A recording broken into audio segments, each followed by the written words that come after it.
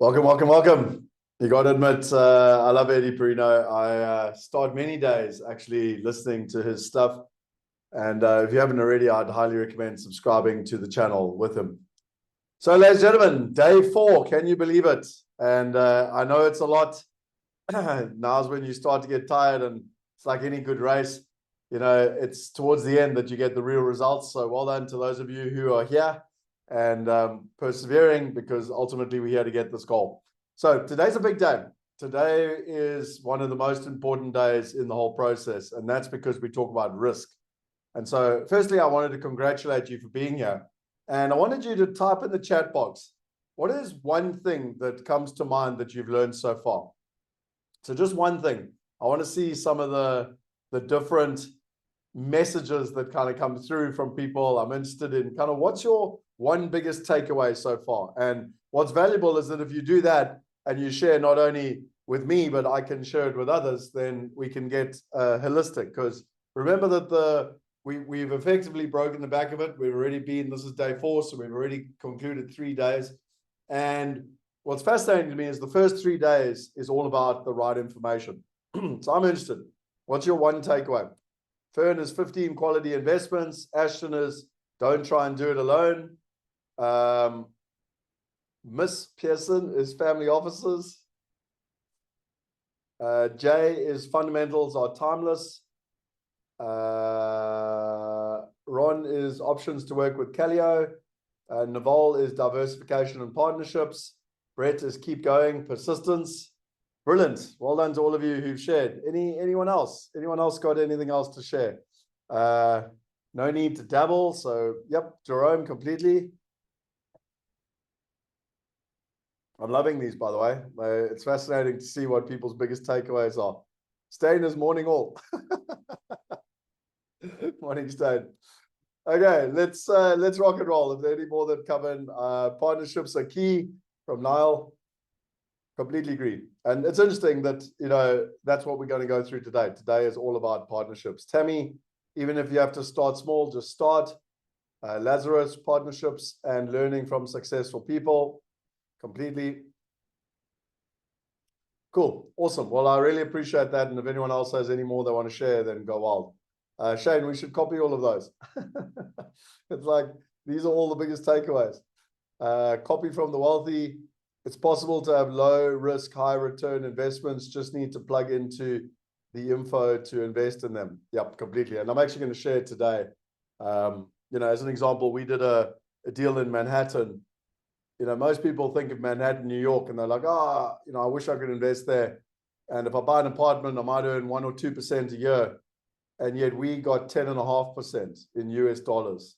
Very low risk. So low risk. You know, 10.5% income is really quite amazing in New York, basically in Manhattan, about, you know, less than a kilometer from this New York Stock Exchange. Okay, let's rock and roll. How did we do that? Well, it was all through partnership. And so day 4 is all about risk management. And this is really interesting because how do you mitigate risk? And how do you do it through diversification? So day 4, we're going to be looking at managing investment risk. We're going to be understanding investment risk. We're going to be figuring how diversification can reduce that risk. And we're going to be exploring risk management techniques. So risk is one of the most important things, and it's going to be all about risk and how to manage risk. As always, I highly, highly recommend that you pay full attention, that you switch off your emails and your social media and your WhatsApps and your telephone and everything in between. And if you really want to, you know, get the most out of it, it's making notes, basically, with the intention of teaching someone else. The resources guide is there. And so, again, I'm sure Shane will put it in the chat box for you. But you can click on the resources guide. And if you go to that resources guide, then you'll basically get access to all the different resources. So remembering we're now on day 4. But if you go through here, you've got all the different resources. And if I go back to day 3, you know, people are always like, where's the homework? Where's the recording? Well, here it all is. You've got the resources, you've got the action steps. So life's arguably very easy for you in terms of having everything all in one place. Okay, if you haven't joined the WhatsApp group, I highly recommend you do. And if you want to collaborate with your fellow people that are on the challenge, then I would go to the Facebook group There's a couple of hundred of us that are being on this diversification journey. Come and join us and be part of the conversation. In terms of the Q&A, you know, continually we do the Q&A every day, and I will do it again today and again tomorrow. So, you know, if you join the VIP and you want to be part of that and you want to get all the recordings, then certainly that's something that's on option to you. And, you know, we consistently get a huge amount of positive feedback from people around their experience with regards to the VIP.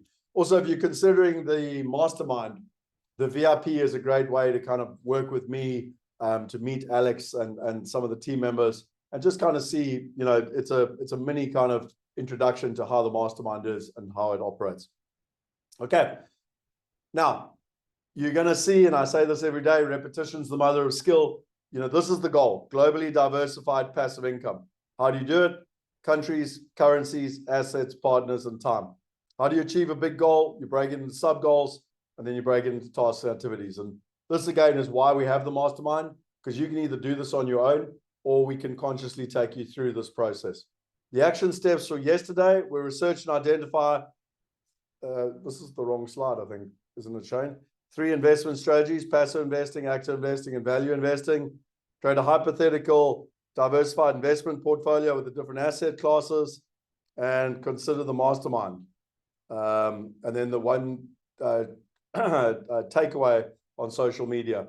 And then the gold was to research the different asset classes, their historical portfolio, and research and compare the different investment vehicles. So you should have your homework there. And just by the way, I was actually on a challenge last night, one being run by Russell Brunson on Rich Dad, Poor Dad. You know, there's a formula and a science to how challenges run. And the whole philosophy is that you're not supposed to be here just talking, learning, and consuming. You're actually supposed to be doing. Like it's about walking away with an action plan. So these steps are really important. They're very conscious. And if you do them, you're gonna make a lot more progress for yourself. If you're not sure on where to go next, we've got the navigator that Shane has built to make life easy for you. So literally diversificationchallenge.com/next. There's a whole bunch of pertinent questions there that help navigate you in the right direction. And I got asked by a couple of people yesterday, you know, what is Wealth Going Global? And so I'm just going to quickly run through it again, very quickly. I did go through it yesterday. But in simple terms, what is Wealth Going Global? I wrote the book, Property Going Global. It came out in 2013. It was endorsed by Clem Sunter. And I thought that this book would be the only book I'd ever write. And yet the world changed. You know, technology has a big impact. I started investing in commercial property, commercial real estate. I started investing in other alternative assets. And it kind of made a lot more sense to me to have an upgrade on the book. So Shane was the one that very cleverly said, well, don't write another book. Why don't we create a home study course? Because in a home study course, we can then provide all the systems, the links, and we can actually have people walk away with results. So if you just read the book, you have to go and do all the work yourself. Whereas if you do a home study course, you can walk away with results. So literally, it's a 6-module course. It takes you through and you walk away with results. You walk away with your own fully personalized and written out wealth plan, and you have your own investor report. Now, what is the value of that? Again, if 10 years ago you bought the book for $30, if you came on a buyer's trip, it would have cost you $5,000. If you did the due diligence yourself, it would cost you $250,000. And the starting price for the mastermind was $5,000, just to put it in perspective. You know, what you're going to get is you're going to get the power of clarity. So just yesterday, I sat with a mastermind member and I did step 1, which is getting very clear on their outcomes. And it became very clear that he needed to get completely clear on his top 5 whys, because it's your whys that drive you. And I literally showed him. I was like, you're part of the mastermind. Here it is. You've already got the module on how to do it. Top 5 countries, top 5 currencies, top 15 assets, just like Ray Dalio teaches you. How to find the right partners, how to build a plan over time, and how to use technology. Put it all together, it's just short of $7,000. You know, we're not charging $7,000. We're not charging $997. We're not even charging $497, which, you know, pretty much most people paid. And the reason being is it's this whole Zig Ziglar philosophy. If we can help more people get what they want, then we can get what we want. We're here to help people invest. We're here to help people get passive income. So if we can give you the tools and the building blocks, then we believe we can get you the results. So The option is $297 upfront. It's a 50% discount if people want to pay upfront, and or literally a no-brainer. It's $0 for the first 7 days. You can literally try it for 7 days, and then it's $29 a month for 12 months. And yeah, I don't really know what else to do to give it to people and to make it accessible. I mean, it's literally free. You can test drive it for 7 days for free, and that's how much we believe in what we've built. So you can go to wealthgoingglobal.com/join. There's no catch, in terms of the process. It's not a too good to be true situation. It's actually that we've had a phenomenal group of people go through it. A lot of people have gone through it, from highly sophisticated to rank beginners. In fact, the youngest person doing Wealth Going Global, Shane, tell me if I can't get it. He's like 12 or 13. He's based in Ireland, and he's actually doing the course himself. So if a 12 or 13-year-old can do it, then you too can do it. The oldest person that I'm aware of that finished was 72. He's the auditor of the Auditor General. So just to kind of give you perspective. If you do the Wealth Going Global, you'll get access to all of the stuff from Clem Santa, the Q&A sessions, the community discussion groups, the 12-month wealth hackers, the cheat sheets. Just by the way, the Q&A sessions, once a month, I run a live session where I can answer any questions that you got. So, on your journey, if you want to be able to talk to me and ask me any questions, once a month, I run a live session for you. You got the cheat sheets, you've got the calculators, and you've also got access to the next VIP for the next event. So if you put that all together, it's actually over $8,000. And again, we could easily charge $8,000. In fact, my business partner says that we're crazy not to. And it's always a bit of a conundrum because we probably should based on the value, but it kind of goes against our purpose.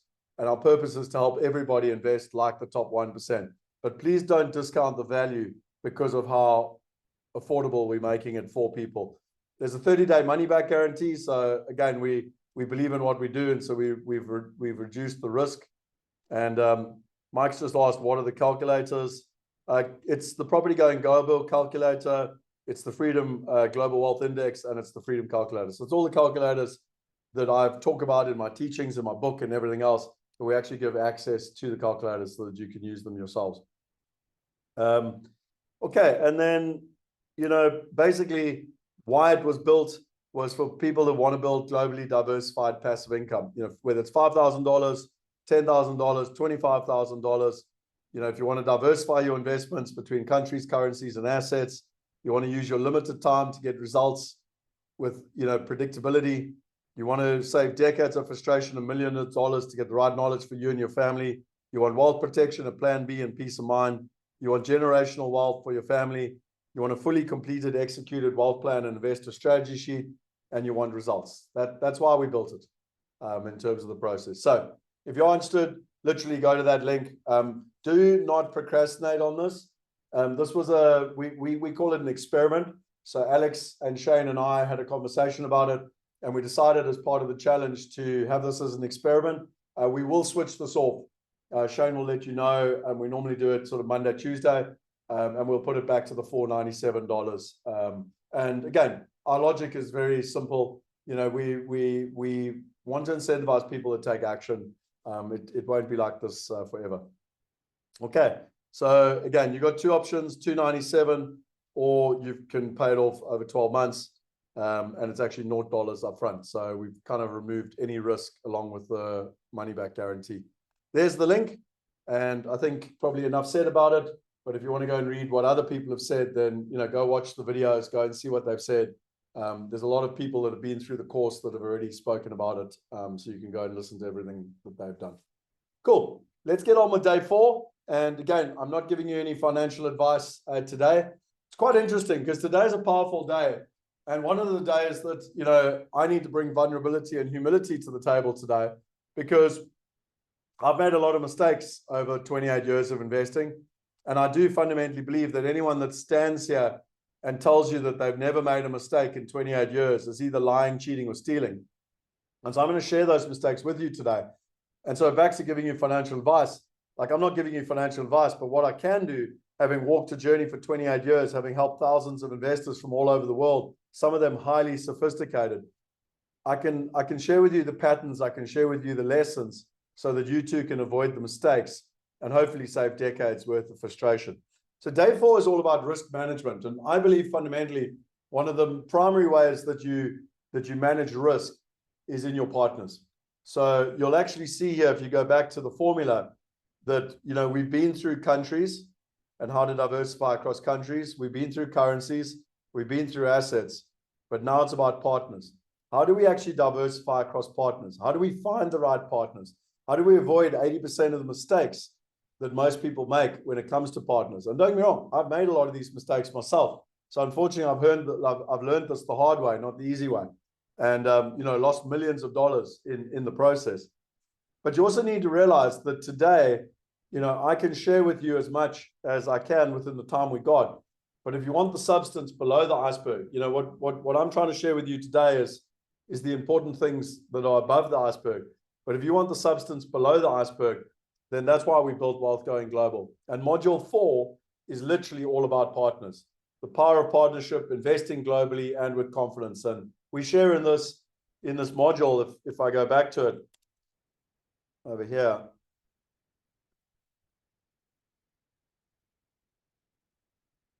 A lot of the stuff that I'm going to share with you today, if I go to the module on partners, I'm just, as I say, as the tip of the iceberg, I'm going to kind of go through it.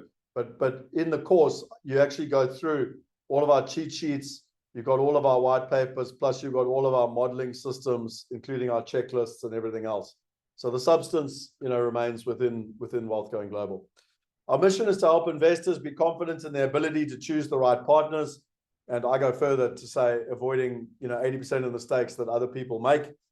So let's go straight into partners and due diligence. There are 2 documents that Shane will share as cheat sheets in the resources guide. And this will just give you an example of the different types of partners. And it'll also go into how we designate the partners. So I'm going to talk about this now, but they're in our cheat sheets for you to be able to look at in terms of the process. I highly recommend that what I'm about to share with you, you write down. So having done this for more than 2 decades and having made a lot of mistakes, I really kind of sum up how to choose the right partners. And I call it the 3 golden rules. The first one is, do they have a 10-year plus track record? Okay, so why is this important? Market cycles move in kind of 8 to 10-year cycles. Any person can tell you how clever they are and how successful they are and how, whatever they've done really well. But, I don't really care how they behaved when the market's working. I tend to care about how people behave when it's not working. So why I like to have a 10-year plus track record is, how did you behave when the market wasn't working? How did you behave when interest rates, like they are at the moment, were rising? And what is your track record through the down times, not only the up times? The second one is a specific market knowledge. So again, from my experience, if you meet someone and they're jack of all trades and they do 20 different things, the chances are you're going to fail. You want someone that specializes, like this is what they do. You've been introduced, and today you're going to be introduced to more partners that specialize in, they're in industrial building, they're in medical office building, they're in mixed use building, they're in structured notes, they're in gold, whatever it is, like that's their space, like that. And that's what they've done for 10 plus years, in many cases, 20 plus years, where they literally specialize in one asset class. And then probably the most important one is that they put their own money into the deal on the same terms. So I talk a lot about alignment. Our 3 core values are trust, transparency, and alignment. And the word alignment, most people kind of have heard the word, they understand it, but they don't actually implement it. So let me give you 2 examples or 3 examples. If a husband and a wife get together and the wife marries for love and the husband marries for money, is the marriage going to work? Yes or no? Just type in the chat box, yes or no. Yep, staying, nope, no. They're not aligned. Like they've got different interests. What about if 2 business people get together and the one's, joining to build a lifestyle business and the one wants to, build an IPO, like, $1 billion business? Is it going to work? And I think we'll all agree, like, no, it won't. What about if you go meet a financial advisor and they earn a nice commission on the front end and your money is being invested and you're investing for retirement. Are you aligned? Let's be honest now. And yet we think it works. And when we go see financial advisors or estate agents or brokers all day long, and we say, hey, sell my house. Or let me help you buy a house off you. You're an estate agent. You're going to tell me all the information. I'm going to go to London. I'm going to buy a house. And you're going to tell me I'm going to rent it out. And it's going to be wonderful. And the market's wonderful. But the estate agent just earns a commission on the front end. They actually don't give a shit, sorry to be direct, as to whether you make money in 10 years. All they're interested in is their commission up front, yes or no. The financial advisor, they care about which product they sell you that pays the most commission. Incentivization drives behavior, by the way. And so when you're investing in a deal, it's very, very important that the dynamics of the deal have been set up, that you're aligned with the partner. And a good example of this, and I'm going to talk about mistakes later, but if the partner has their own money in the deal, because deals go into storms. Like I guarantee you, if you invest for the next 10 years, not every deal you invest in will work. I guarantee it. And so when you invest in the deal, do you have a partner that's prepared to ride the storm with you? Or do you have a partner that's just going to run away? And the only way that I know to make sure that someone stays tied to the deal is that they've got their own money in the deal. And along with their own money, it also needs to be treated on the same terms as your money. Like you need to be aligned. So like at Migrate, we earn the majority of our money on the back end. We only earn money after the investor has earned money.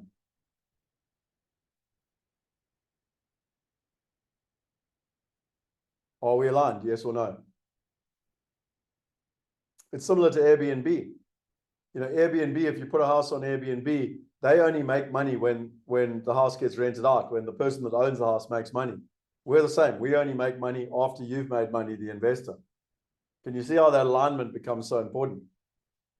Anyway, screenshot the screen, write it down, print it on your wall. These are probably the three biggest gifts I can give you if you're trying to find the right partners.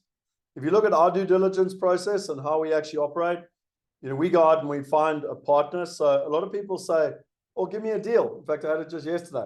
Oh, there's a good deal. I'm like, I'm not interested in the deal. Who's the partner? We always start with a partner. So we scope and identify who is the partner. We do due diligence on the partner. So in America, the word that Americans use is sponsor. It's the same thing. It's a partner. So you do due diligence on the partner. Then there's an investment committee decision made on the partner. Then the partner, effectively, we introduce the partner via a webinar, etc. Then and only then do we do the due diligence on the deal. So it's partner first, then deal. Then there's an investment decision made on the deal. Then there's a webinar about the deal, and then the deal goes live on the platform. We start to equity raise on the platform to be able to invest in the deal. We then close the deal and book build. So that means the deal is closed and all the money comes together. It then goes through an investment structure, compliance, and money flow. You then implement the investment, so you basically own the asset. You get quarterly distributions. Again, different deals are different, but let's just there are deals that pay monthly, there are that pay annually, but in simple terms, let's say on average it's quarterly. You track the deal, on an ongoing basis. You finally exit the deal. Might be after 1 year, might be after 3 years, might be after 5 years. You unlock the capital gain.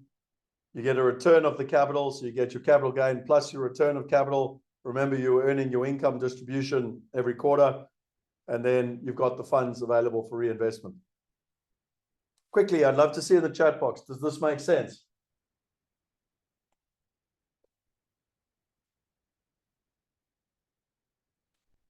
So one of the big myths that people have, and I actually don't care how sophisticated you are, is, you might be highly sophisticated and you might live in South Africa or London, and you might say, oh, I've been investing for a long time. I've got my full due diligence process in place. And my kind of attitude is, wonderful. But do you have a due diligence at a global level? Do you have it in different asset classes? Do you know how to find the right partners around the world? And unless you've got a highly sophisticated network, something like the Callio family office, the chances of you having it at an individual level are nigh on impossible. And so one of the myths, that I've learned is, again, and I know I keep, beating the drum on this, but, you can try to do it all yourself and try and go and figure out how to do it all yourself, or you can partner. And I honestly, I don't know how to say this any other way. I think the biggest risk you have as an investor is if you try and do it all yourself. If you want to go global, if you want to diversify across countries, currencies, assets, partners, and time, and you want to do it all yourself, I think it's the biggest risk you can take, personally. In fact, I don't think it's possible without partnership. So where did this all start? And I kind of alluded to this already this morning, but the first, due diligence that I wrote about was the 4-dimensional model I built on top of Clem Santa's scenario planning. And he said he would endorse the book, and that's what we came out with, Property Going Global. That book is primarily all about residential. We then evolved that into GIDS, the Global Investment Due Diligence System, that became an overall system. So at a macro level, like what countries are we going after? What currencies are we going after? Which cities should we be going after? How do we analyze the different properties? How do we do due diligence on the partners? How do we optimize and make sure it's tax and efficient? How do you do all the due diligence? How do you, run the project? A lot of people think that buying a property is only 20%. 80% of it's actually managing the property, and it's called sweating the asset. And then ultimately getting those returns and reinvesting in terms of that process. So if you are interested, and if you do the Wealth Going Global, you can actually go in and you can read all about our GIDS 1.0, which is our residential models, and how we built out all the models for residential due diligence, and then GIDS 2.0, which is our commercial model, where we go into all the details around how we do our commercial due diligence. And we've actually got a 132-point checklist at a commercial level that we go through. And again, as I said, I share that all in that, here they're all are. So I tend to say to people, you can kind of do it all yourself, or you can just copy. We didn't do this all ourselves either. We also copied. So, you take the best from different people and you learn mistakes, and, over time you evolve it. How do we select our sponsors? So this becomes really important. So this isn't our way of doing it, by the way. This is a global way of doing it. We just want to teach you how it works. But there's different names for sponsored. You've got tenured sponsors, you've got established, you've got developed, and you've got emerging. And the way that this works is that it's based on their management experience, how long the company's been operating, and then the assets under management. So if you take a tenured partner, the management experience is over 50 years. The company's been operating for 15 plus years, and the assets under management are $1 billion. And I think the rest is kind of self-explanatory. So established is 40, developed is 30, emerging is 20. So you can kind of see we only really like to deal with people that have 20 years plus experience. I know I said 10 as a minimum. Personally, I like to look for 20 plus. It doesn't mean the company's been going 20 years, because sometimes someone might have been working at another company. So as an example, our German partner was running the Redefine property portfolio in Europe for more than a decade. I think 14 years. Don't hold me exactly, but I think it was 14 years. And has now gone on his own in the last 4 or 5 years. So his company hasn't been going that long, but his experience in the market is massive. And so it suits our requirements perfectly. But you can see here that we would still then designate the sponsor based on this table. So again, you have the cheat sheet. So just to give you an example of some of these, Feldman Equities is a partner that we've got in Florida, in America. They've got $100 million of their own money invested. $100 million. They've got over 4 million square feet under management. They've got over 100 years worth of experience. They've survived 7 recessions. In fact, they've been going like 44 years. And they've got over $3 billion in under management. And to give you an example, I'll talk about deals not working later. But like this is a deal that we invested in right in the heart of COVID. I personally invested in this deal. And look at the returns. You're getting a 9.6% return, cash on cash in dollars, and a 16% IRR in total. Pretty cool, huh? And you can see down the bottom here, it's a 10-year sponsor, it's a core plus, and it's office. I must admit, I never thought, if you had asked me 15 years ago if I would own a piece of a building like this. I mean, is this cool? Sorry, do you guys get excited about this, or is it just me? like I own this building, like not the whole building, but I own a piece of it. And I never thought I'd ever be able to participate in buildings like this with partners like this. So by the way, you know, they traditionally only dealt with the large institutions, and now you and I get to participate and invest alongside them. MAG Capital Partners. So again, they've been going for 4 decades. They've got 43 properties, $300 million assets under management, an average return of 18.8%, and a cash-on-cash return of 9%. So again, you know, and what do? Well, they specialize in industrial logistics. So this was a deal that we did. And again, about an 8% cash-on-cash return, a 12% IRR. You can see here they're tenured, and core plus and industrial. So hopefully you're starting to see even how to read the different templates. And that was another building I invested in.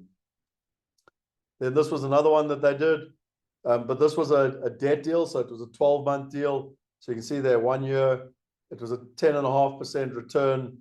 It didn't have any capital growth, which is why the IRR doesn't work, but it had a 10% income return for a year, core plus tenured, and mezzanine debt. Again, another industrial logistics that we invested in. Then a structured note. So this was done with BNP Paribas, one of the biggest banks in the world. Our due diligence provider was Cashbox and IDAD. Again, a tenured partner, core plus, and it was a structured note. And, you know, people say to me, oh, it sounds too good to be true. I mean, you're getting a 15% return here in dollars, income return. Then Mac Roberts Media. So this is an example of an emerging partner. And this one was, again, industrial logistics that we invested in 2022. But you can see the partner was emerging. Now, you're actually going to meet Judd. He's one of the people I'm going to interview today. And, you know, he's been doing in the capital markets for more than 20 years, but his company's only been going 3 or 4 years, the new company, DWG. And so, yeah, it's an industrial deal. You can see it's an emerging deal, core plus. I like working with DWG a lot because they pay monthly. So, you know, it's really cool. You invest and you get your income monthly, which is pretty awesome. So myth number 9. And what's interesting to me is that I have people all the time, they come to me and they say, Scott, I got $10 million. I don't need you. I'll go and do it all myself. And I'm like, really? Do you honestly believe that you're going to get access to good quality deals? You know, I've had, you know, I often joke with people, you could arrive in America with $100 million and no one will care because you've got no track record. And what's really, really important is that through partnership, you know, you're going to actually do a lot better. You know, that Manhattan deal wasn't even available. Like, it wasn't even on the market. No one even knew about it. And it only happens through relationships and through family offices, etc. And so another myth is, I've got lots of money, I'll go and do it, you know, myself. And I fundamentally believe that that's wrong, because with partnership, you're going to get access to deals that you wouldn't even know about. I'll give you a good example of this. So we were investing in Australia in 2009, 2010, and there was a shopping center we were going to buy. And we flew over there a few times. We did a bit of due diligence on it, and it sounded like a great deal. If I remember the numbers rightly, there was about $28 million owed to Investec Bank, and they were selling it for $18 million. So like, you were buying it below even what like, it was a repossessed property. You were buying it even below what was owed to the bank.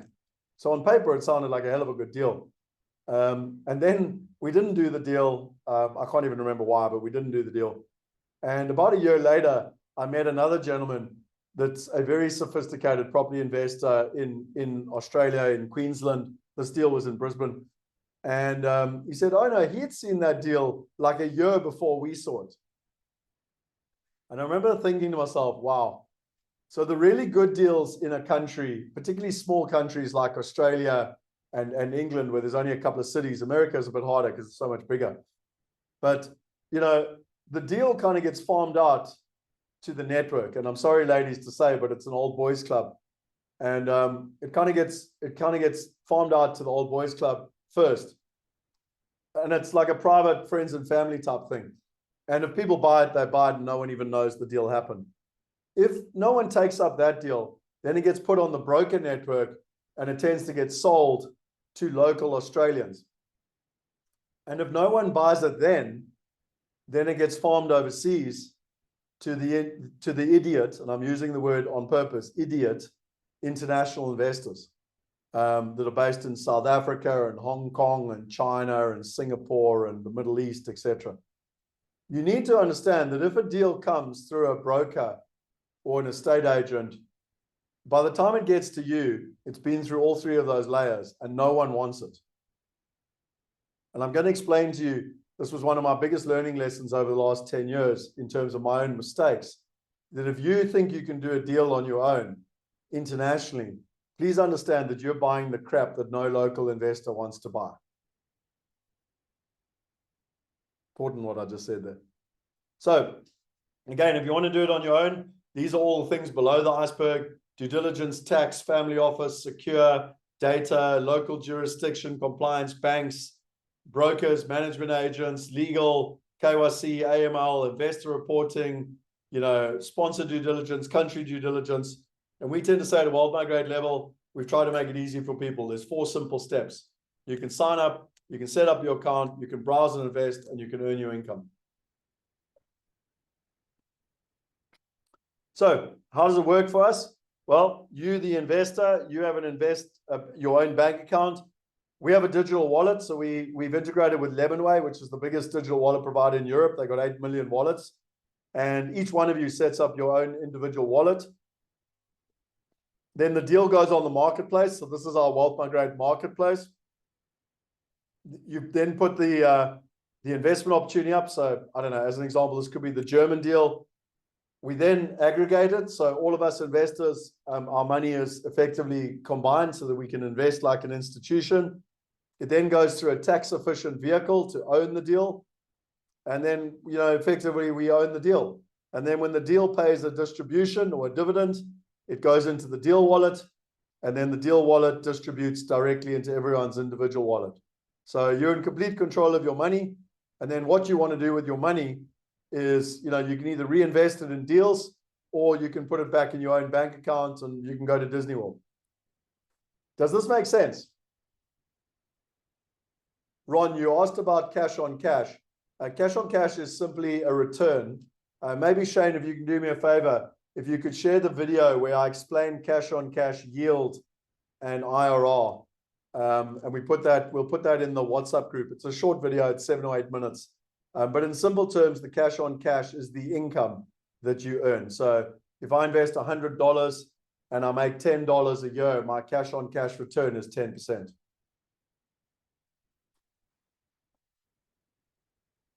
So this is the future of investing, ladies and gentlemen. Like, you don't have to fly overseas. You don't have to set up bank accounts and complicated structures and find the partners and find the deal and everything. You can literally go on a platform like Wealth Migrate. And again, if I go to the platform here quickly and I show you, so today is not about how to use the platform. I just want to kind of show you that what I'm showing you is not just a PowerPoint slide, it actually exists. But if I log in, I'm logging in live here. You can see my own profile. So I can have different profiles. I can do it in my own name. I can do it in an offshore company, an offshore trust. I can have all of them set up here. I can go to my wallet. I'm in complete control of my money. I can deposit my money. I can withdraw my money. I've got a full bank statement with all of my distributions, dividends, my return of equity, whatever it is. It's all here in my wallet, basically. So I'm in full control of my money. And how do I set it up? I do it all digitally online. So I do the full process, set it all up. It's a bit of a pain in the ass the first time you do it. Unfortunately, like anything in the world, you've got KYC, know your client, and KYB, know your business. Unfortunately, those are the rules. There's nothing we can do about it. We abide by European and English regulation, so you've got to do it right. But it's all here on the it's literally, you can do it from the comfort of your couch. So thanks, Shane. I see that he sent the link there, where you'll get some extra benefits if you go through that link that Shane has just sent. Okay, now let's get on to, like, that's the nice side of the fence. What about the other side of the fence? What about the fact that, it hasn't worked and the mistakes that I've learned? So I want to share with you, what I'm about to share with you is probably some of the most valuable stuff that I can actually share with you in terms of investing. So there's two methodologies, in my opinion, upon investing. You've got the old school way and you've got the new age way. And let me explain to you what I've learned, probably one of my hardest lessons over the last 10 years. The old school way is all about control, and the new age way is all about diversification and partnership. So if you take a building, it could be an office building, it could be a medical building, it could be a shopping center, I don't care. Just take any kind of property. The way to normally do it is that you would get 60% debt from a bank, you would get about 30% private equity, and you'd get about 10% equity. That's the way it would normally work. In the old school way of doing it, it's all about control. So the way the investors think is, I want control, I want control, I want control. So they want to put in 95% of the money and into the equity, which in simple terms, they've got 95% of the money, they control the whole deal. And in the old school way of doing it, very South African, sometimes, sorry to say it, but very Afrikaans, South African way of doing it, very conservative. It must be all about control. Okay, I must control everything. And, on that basis, I must put all the money into the deal because then I'm in control. The other way of doing it, the new age way of doing it, is the same thing. You've got the bank debt, you've got the private equity at 30%, you've got the equity at 10%. But maybe you only invest 10% of the money into this deal. Okay, so of that equity, you're only putting in 10%. So from a risk perspective, you've got a lot more risk in the old school way of doing it. And in the new age way of doing it, you've got a lot less risk. So the counter argument to that, people go, yeah, but what about, I don't have control, and my philosophy as well, under the old school way of doing it, yeah, you do have control, but you've also got concentration. All your money's in one deal. And even though you've got the control, the problem is, what do you do when it doesn't work?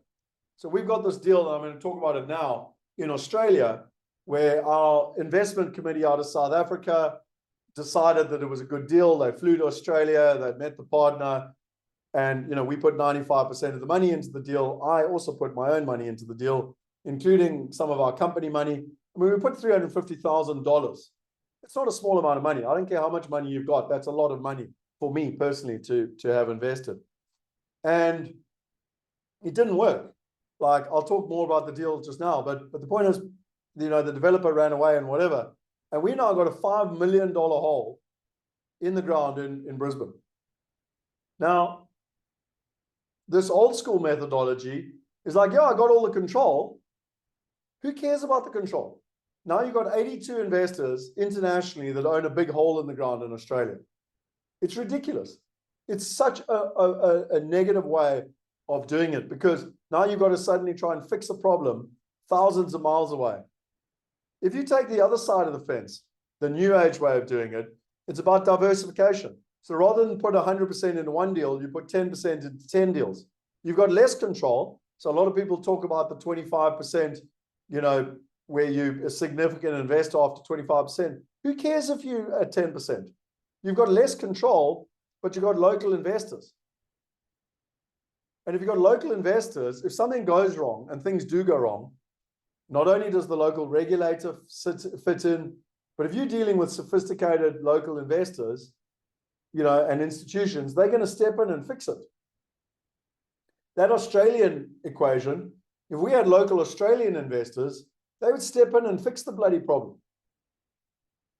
So although the old school way and the control thing, people love control. I got control. Well, you have to be active. You have to be very active. Whereas the new age way is about being an armchair. The old school way is all about scarcity. The new age way is all about abundance. Does this make sense? Because what I've just shared with you on the screen is one of the most important fundamentals and philosophies of who we are as a company. And if you believe in the old school way and doing it all, like trying to control everything, then we're not the company for you. And I strongly recommend that you don't use us. If you're into new age diversification and partnership, then that is what we believe in. That is our core to our values. And again, this is alignment. It doesn't make it right or wrong. If you're an old school control person, then you need to go with a company that's old school and control. If you new age, diversification and partnership, then you need to go with us. And how did I learn this lesson? Well, I learned it the hard way, and I learned it losing millions of dollars. You know, this is a development in Australia. It's called Kensington. There's even comments on Trustpilot about it. And we had a company where we had an in-house property company, and they broke away in 2018, and they're now called Orbvest. And this in-house property company, their philosophy, and the reason we broke away, by the way, was exactly this lack of alignment. So myself and my co-founder, he believed in control and doing single deals and owning the entire deal. And I believed in diversification and partnership. And it doesn't make me right and him wrong, or vice versa. They're fundamentally different. And that's why we decided to split. The problem is that these deals were done prior to that split. And so this deal, Kensington, is this $5 million hole in the ground. Now, in the beginning, we all got excited. It was a 28% return IRR. It was a new development. It was 50 units. They had pre-sales in place. So, you know, everyone's like, oh, we put our money in, we're going to make a great return. The problem is the Chinese government changed the rules about Chinese people being able to move money out of China. They lost all their pre-sales. Because they lost their pre-sales, the bank pulled the construction finance. And quite frankly, it's been a shit show for the best part of about 6 years. And today, actually, hold thumbs, literally today, we've managed to get an Australian partner in, an Australian developer with Australian funding, and they hopefully the land is transferring today, literally today, to this Australian partner. And it's back to this whole philosophy. You cannot, from my experience, run an investment long distance. You might think you got all the control, but in my opinion, you're being naive and you're taking massive risk, and this deal proves it. And now that we've got a local, you know, developer on board, we're not going to get all our capital back. I want to be very clear. I don't think if I've got $100 invested, I don't think I'm going to get $100 back. But maybe I'll get $20, $30, $50 back by having a local partner. But if so we are going to lose money. It's a fact. But if I'd had a local partner from the beginning, if we'd had this new age diversification partnership from the beginning, we wouldn't have had this shit show over the last 6 years. It's such an important mindset in terms of this. I'll give you another example. That same team, that same property company that became Orbvest, they basically did a lot of medical deals. And their philosophy was, again, take down the entire deal. But they also broke another rule. They diversified across deals, but they didn't diversify across the partner. And so they've got a whole bunch of deals with this one partner, Richmond Honan.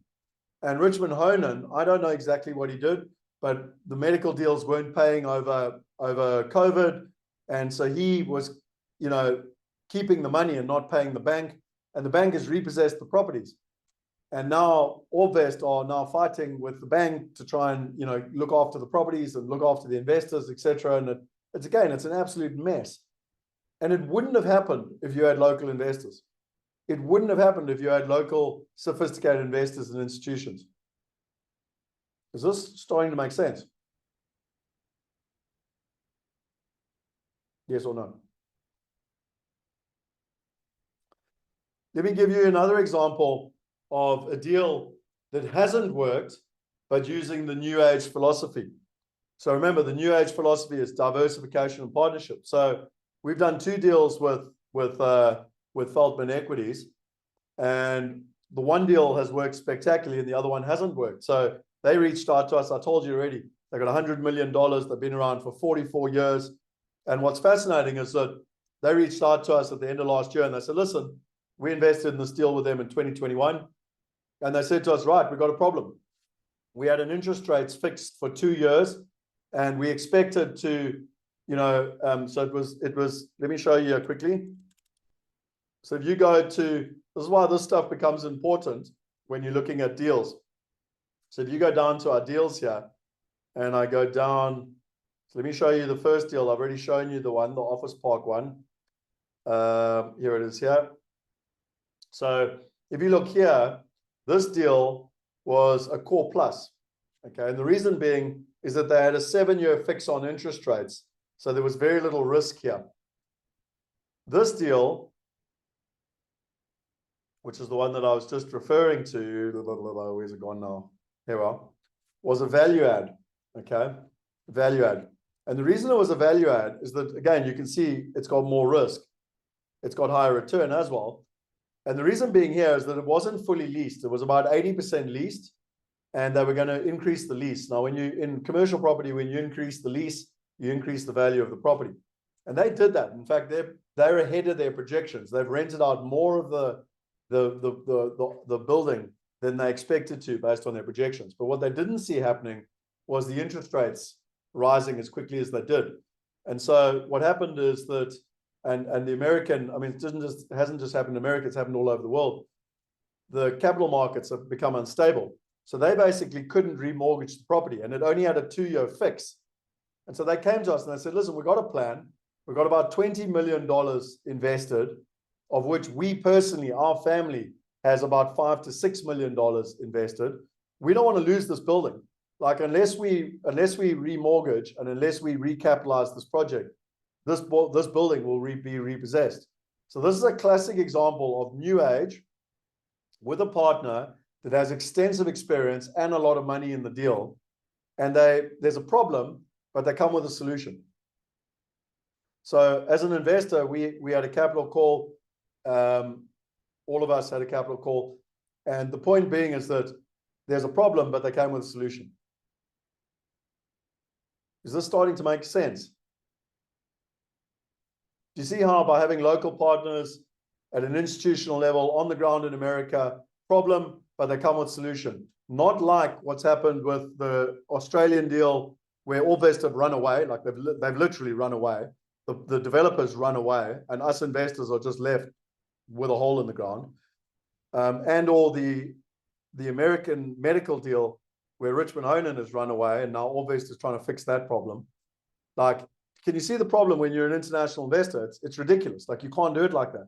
Whereas when you've got a local partner that has millions of their own dollars invested, problems happen, but they come with solutions. I want to share one last thing to give you an example of new age. This was a deal that we did last year, and it was about a $14 million deal, but they were raising $9 million in equity. And what was interesting is that if it was the old school way of doing it, so again, let me just go back to that slide. If it was the old school way of doing it, then, we would have tried to raise, $8.5 million worth of equity as a bunch of international investors. But I don't believe in that at all. And so we raised $500,000. Callio Private Equity, Callio Family Office raised about $1.5 million. So all in, us international investors had about $2 million invested. The other $7 million came from family offices and institutions in America. Now, this is a 1-year deal. As I said to you, getting about 10 off, it was about, 11% return. The risk was low because the mortgage, the money was lent against the property. But should this not go ahead, do you think that it'll be the same as the Australian problem, where I'm going to have to try and fly to Australia and fix a hole in the ground? Or do you think the American local investors and institutions will step in and fix it? Like, just be honest with yourself. And can you see now, this old school mindset of control actually has much more risk. And to have less actually has much less risk. And I truly wish I'd learned this 10 years ago. And I wish I'd had the guts to stand up to my business partner then, because all of these problems relate back to that one problem. And I can't only blame others.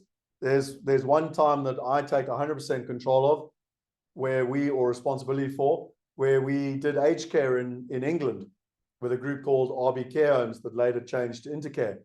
And again, we had 100%. So you were buying rooms in an aged care. We own 100% of them.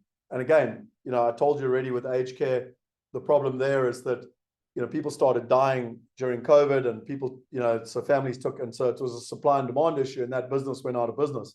And once again, we're a bunch of international investors, long distance, trying to manage it. So, for me personally, if I look at all the mistakes that I've done over the last 10 years, they've almost always come back to this thing of, did we try and control and be the person that did the whole thing? Or are we a small suckerfish on a whale partnering with sophisticated institutional investors? I don't know how many more times I can say it. In terms of managing risk. So, okay, in terms of managing risk and compliance, again, these cheat sheets are here. You can go into them and you can take a look at it. We are FCA approved, so we are juristic rep under the FCA, which is England. We were originally in South Africa with the FSCA, but we decided to move to England because we want to be European and English compliant, Lemonway compliant with Europe. We're an international company. We've got members in 178 countries. No, sorry, South Africans, but no one gives a shit about South African compliance. You need to be compliant with England, which is one of the top fintech ones in the world. So we focused on doing everything out of Europe and the UK. It's a defined financial product, phase protection. You've got European cash custody. So what this means is your money is separate from us. Like if our business went out of business tomorrow morning, and by the way, any business can go out of business. Lehman Brothers went out of business, but it doesn't actually bother you because your money is segregated. It's in a Lemonway account. Like Scott Picken or anyone on our team has no access to your money. Even if we were to disappear tomorrow morning, we can't touch your money. We've got multi-layered compliance. We've got transactional wallets, and we've also got data protection and investor ring fencing. But the question everyone always asks us, and they say, well, how do you safeguard our money? And there's a number of ways that we've done it. The first is we've got external cash custody. So I've already told you, your money's sitting with Lemonway. We don't actually ever touch your money. Our platform facilitates the transaction, but we never touch you. We can't touch your money. We've got discretionary portfolio manager. So what that means is that we've got an external person that ultimately has the final say from an investment committee and due diligence, etc. So you can't have a local team just trying to push deals. Like you've got external. You've got designated investor accounts. So every investor has their own account. Like you're in complete control of your money. So if Jill or Joe Soap has their money, like I can't stop people getting access to their money. Every deal is ring fenced.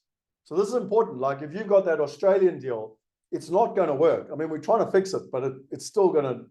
But in a typical fund, what they do is they put the good with the bad, and you might be getting 10% here and you're getting naught or minus money here. They put it all together and you get a blended return of 4%. So what's important here is that every deal is ring fenced so that one deal can't take down another deal. And it's also important because you invest directly in the deal. So again, if I was to disappear, whatever, I get killed, okay, or Wealth Migrate goes out of business, it doesn't matter because you've invested directly in the deal. So in a typical fund, you invest in the fund, and if the fund goes bankrupt, you've got to go to the liquidators and hopefully try and get some money. In this situation, you're investing directly in the deal. Yes, it'll be more hassle if Wealth Migrate was to disappear, but you still own your investment. It's very, very important mindset. You've got designated corporate managers, you've got external custody of investments, and you've got operational and investment segmentation. Does this make sense?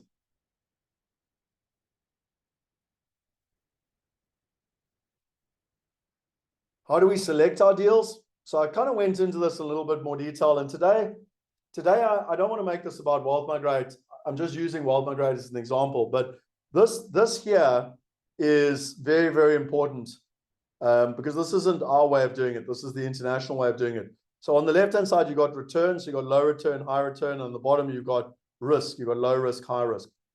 These things are not just pretty pictures. Like a core deal might be central Manhattan or central London, and you might have a government tenant for 20 years. It's very low risk, but tends to be quite low return. Okay, it's what the institutions love. We tend to focus on core plus. We quite like core plus, so it might not be, it might be like that Manhattan deal as an example, or it might be Atlanta in America, or Texas, or Brisbane in Australia, or etc. So it might not be right in the center of the city. but it tends to be a good deal. It's stable, and you can expect good results. A value add is where there's executional risk. So like with that deal, they had to lease up the building. It's called a value add. They have to lease up the building. And so there is risk because sometimes the execution doesn't take place. And then opportunistic, that's like a new development. So like that deal in Australia was a new development. Personally, I must admit, I'm not very excited about new developments full stop going forward because there's so much things that can go wrong. You know, the partner can make mistakes, the economy can change, the politics can change, the economics can change. I mean, I don't care how good your due diligence is. I literally don't care how good your due diligence is. No one, unless you were part of the Chinese government in Australia, could have foreseen that the Chinese government was going to change the rules on Chinese citizens moving money out of the country. I mean, that's impossible. So no one could have foreseen that the Chinese government was going to do that. And so all the pre-sales would fall over. And then the construction finance would fall over. Like, it's impossible. Like, there's no one could ever have done that. And that's the problem, is that, you know, yes, it was a 28% return, but it comes with that risk, and some of the risks you can't control.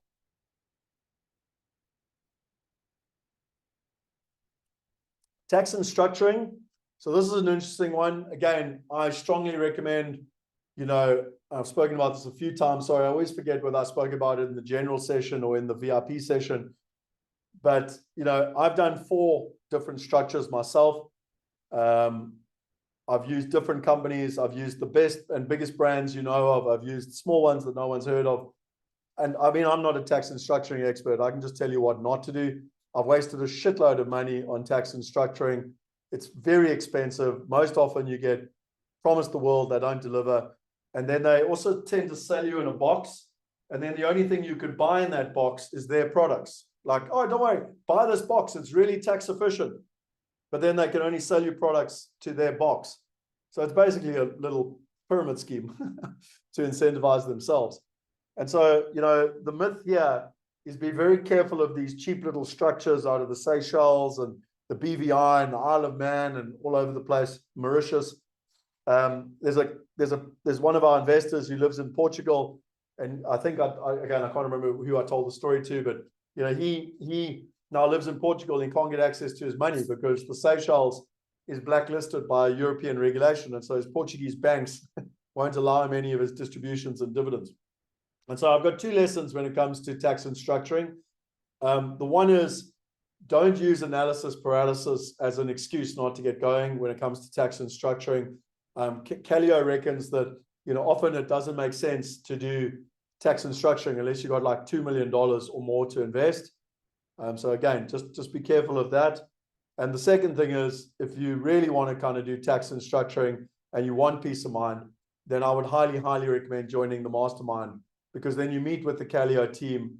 They give you a bespoke, personalized solution based on you and your life and where you want to live and where you might want to immigrate to one day and where your children are or whatever it is. But be bespoke. Don't be sold a box. You know, create something for you and for your life.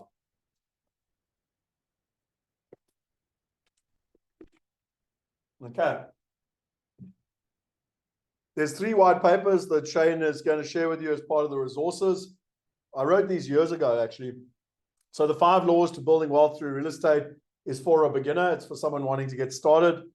The 5 keys to offshore real estate investment success. So for this, someone who owns a bunch of residential property and now wants to start investing internationally. And then the 4 ways to expand your global real estate portfolio through strategic partnerships. This is now for sophisticated people that want to do it at scale. And, you know, I wrote these white papers 10 years ago. And 10 years ago, I mean, look at the title. The only way to do it is through partnerships. So everything we're talking about today. Okay. I've sort of shared with you the golden rule of, you know, getting the right information. So for the first 3 days of this challenge, it was all about the right information. And today I've shared with you about the right partners. Now I can see there's a couple of questions that come through here, and I normally only answer questions in the VIP, and I'm conscious of time, but I just want to see quickly. Okay, so Mandy, the capital call I'll answer in the VIP. The more I learn from Scott, the better I understand the different kinds of asset classes and the importance of asset class allocation. So thanks, Sandra. I appreciate it. You can't do it alone, Micheline. I agree with you. Okay, a lot of people have got the locals, which means you're right. I've made this mistake big time. Land in Brazil. Yep. I always tried to be sold lots of land. There was a beautiful one years ago. It still happens to this day, where you can go buy land just outside of London. It's effectively farmland, and they promise you the world, and you're going to buy a piece of land for £10,000, and it's going to be £50,000 in 5 years when they get planning. And to date, my understanding is they've never actually, it's called land zoning. They've never actually land zoned and sold it to a developer. I mean, it was actually one of the reasons I created Migrate, because I was like, if they can sell this shit, and I'm swearing on purpose, if they can sell this shit in shopping centers to people for £10,000 to £15,000, why don't I just go and help people invest in real buildings with real assets and earning a real income? What does FSP stand for? Financial Service Provider. And shipping containers in China. Wow, you've done it all, eh?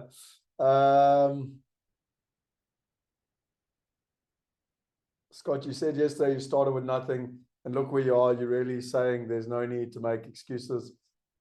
No problem. Yeah, I always try, and it's interesting actually, even in my book, chapter, I think it was 13, was all about the mistakes that I made. And the reason I say that, sorry, I'm just trying to look for the contents here. It's so long ago. Yeah, chapter 13, mistakes I've made and what I've learned from them. I always try and talk about the mistakes because, you know, people on social media and everything else think that we're all perfect. Everyone thinks everyone's perfect. And then they're like, oh, but you made that mistake. I'm like, yeah, I did make the mistake. And my logic is, if I can tell you about the mistake before you read it somewhere else, it's like, we're all human. But the question that I think is, or not so much the question, the comment, which is much more important, is mistakes have been made. What do you learn from them, and what do you do differently? And that's a fundamental important thing. And the other thing that I think is fundamentally important is, I honestly believe when it comes to your character, it's not how you behave when it's working, it's how you behave when it's not working. I don't know where I learned that, but I believe that's one of the most important things that you can get.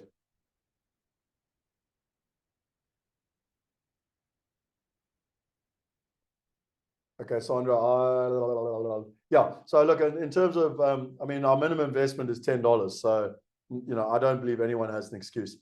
Okay, if you want to know more about the whole process and how to use the platform and how due diligence works and how to set up a wallet and everything, we actually have a course called the Investor Roadmap Workshop. It takes 4 hours, and it was Shane's idea, and we literally take you from A to B. Like, we teach you how to do it. You know, right from, you know, in the beginning, there's 9 steps, right from the beginning to actually how to earn income. So I don't want to go into kind of all the details around that, but the next one's the 30th of May. There are recordings if you want to watch it. If you don't want to wait till the 30th of May, you can go watch a recording. But if you want to do it live with me, it's the 30th of May in terms of that process. Okay, so if this is the formula, and I'm about to introduce you to Selwyn. So Selwyn is a Cambridge graduate. And he does all the due diligence for Calio Private Equity. And I love talking to him. I'm also going to introduce you to Cynthia. So Cynthia has been through this whole process, and she's the teacher that's based out of Italy. But before I introduce you to the two of them, I want to ask you a direct question. Okay, and I want to play a little bit of a game with you. Can I play a game with you? Can I make this stuff real quickly? Can I have your permission to play a quick game with you? Like, I really want to make this stuff real for you. Before we kind of hear from our two partners. Okay, excellent. So I have an extremely direct question. If you went to see a doctor and that doctor said you had a serious medical condition and you literally had to lose 10 to 15 kilos as quickly as possible. Now, again, I hope this never happens, but I just want to illustrate a really important point, because I want to make this personal and I want to make this non-negotiable. Like, the doctor has literally said, no matter what, you have to lose 10 to 15 kilos. And you're given 2 options. The one is you can buy a home study course. You can go home and kind of supposedly wake up every morning and do your exercises. Or the second is you're going to have a coach. You know, someone who's going to turn up on your doorstep, you know, every single morning, knocking on your door saying, right, time to go do some exercise. Which one will give you more confidence that you're going to get results?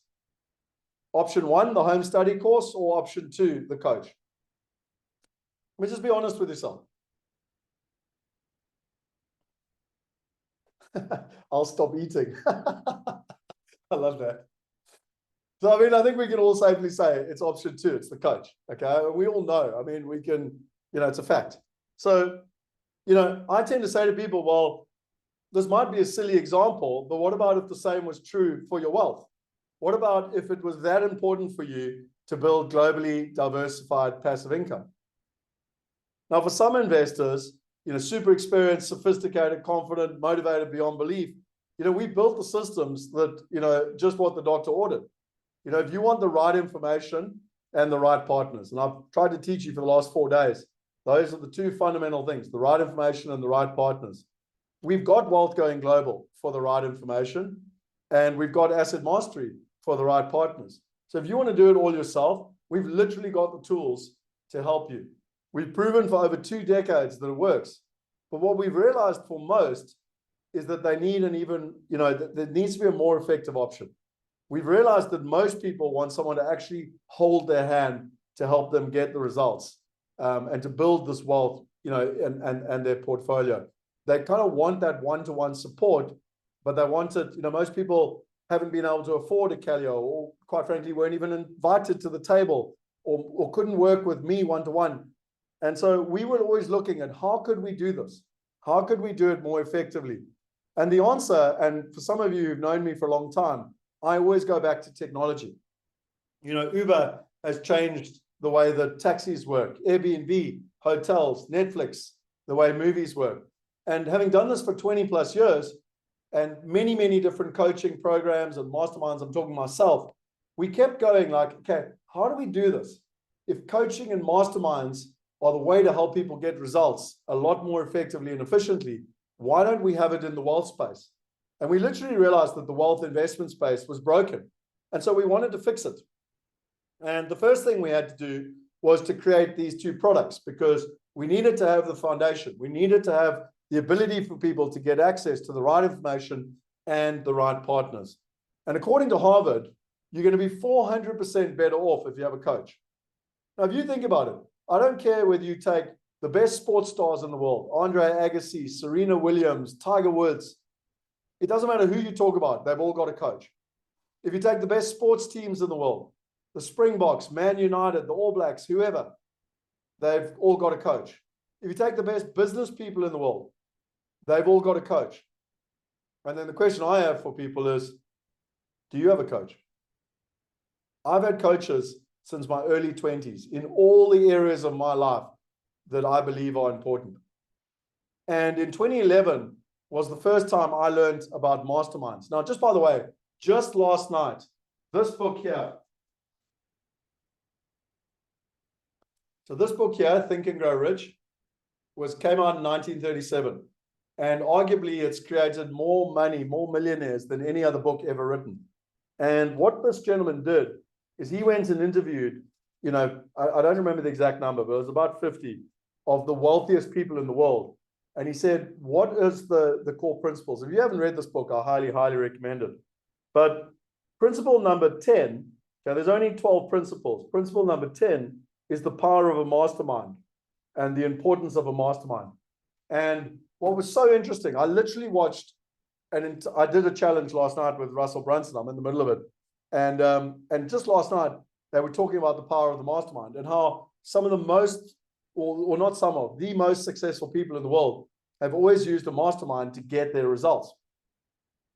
And so I've never been able to explain it properly until I found this little video as to why a mastermind is actually even more powerful than having a one-to-one coach. No, this is extremely predictable. Tons of research around it. Humans change 5 times faster in groups than they do with a one-on-one coach, consultant, or therapist in that case. Wow. So I started looking back at business models and people who had done this effectively over the generations. Masterminds aren't new, folks. They're not new at all. People have been doing this for thousands of years.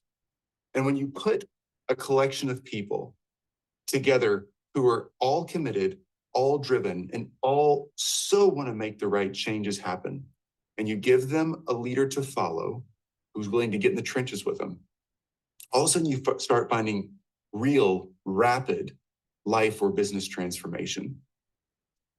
So, I know I shared this yesterday, but I'm doing it on purpose again for you, because according to Harvard, you're going to be 4 times better off if you have a coach. And according to this research, you're going to be 5 times better off if you're part of a mastermind. You're going to get there 5 times quicker, simpler, and safer than if you have a coach. Now, according to my maths, 5 times 4 is 20. You're going to be 20 times better off than doing it on your own. Let me repeat that. You're going to be 20 times better off. But what you have to find, and again, I literally learned this again last night, you have to find a group of like-minded people.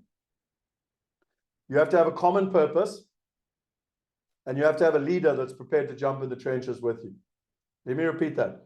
You have to have a group of like-minded people. You have to have a common purpose. And you have to have a leader that's prepared to jump in the trenches. And so the question I have for you, and I asked you this yesterday, and I literally had someone on a one-to-one yesterday, and he goes, wow, this step 1 is really hard. And I said, I know, dude.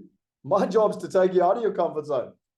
Because if you want to get out of your comfort zone, that's where the magic happens.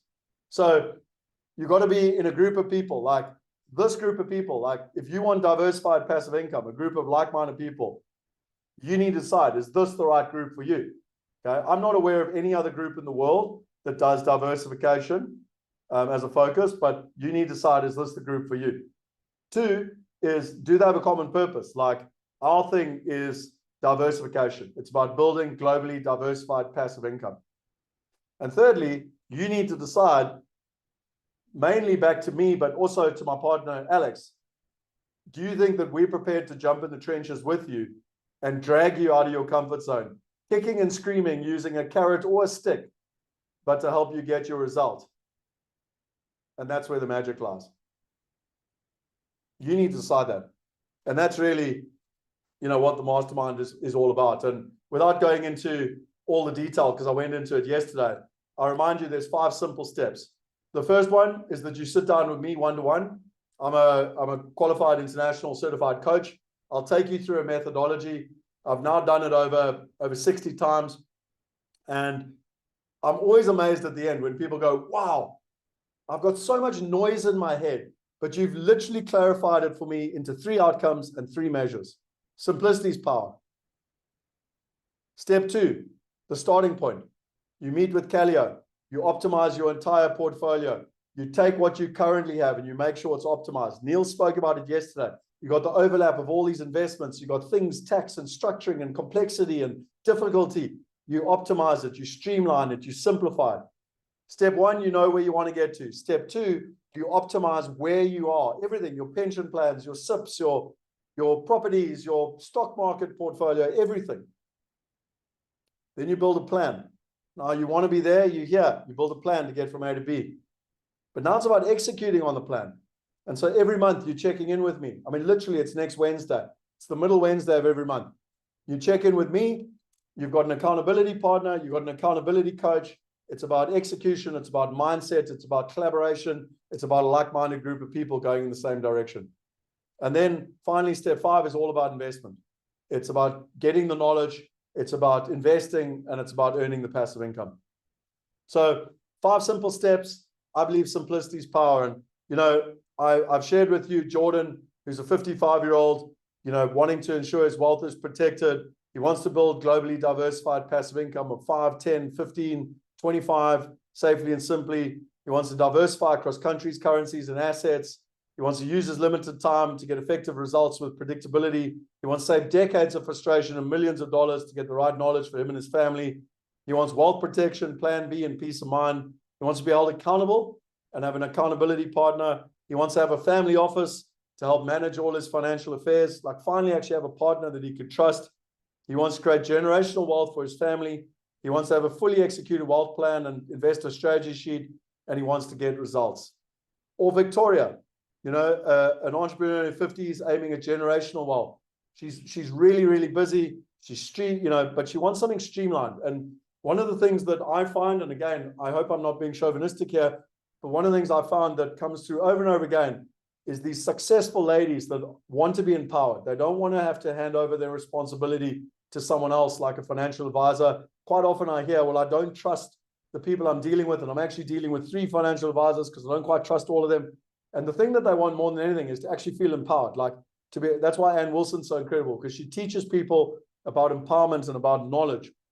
so that they can understand the investment landscape and they can make the right decisions. And ultimately, it's about financial freedom and generational wealth.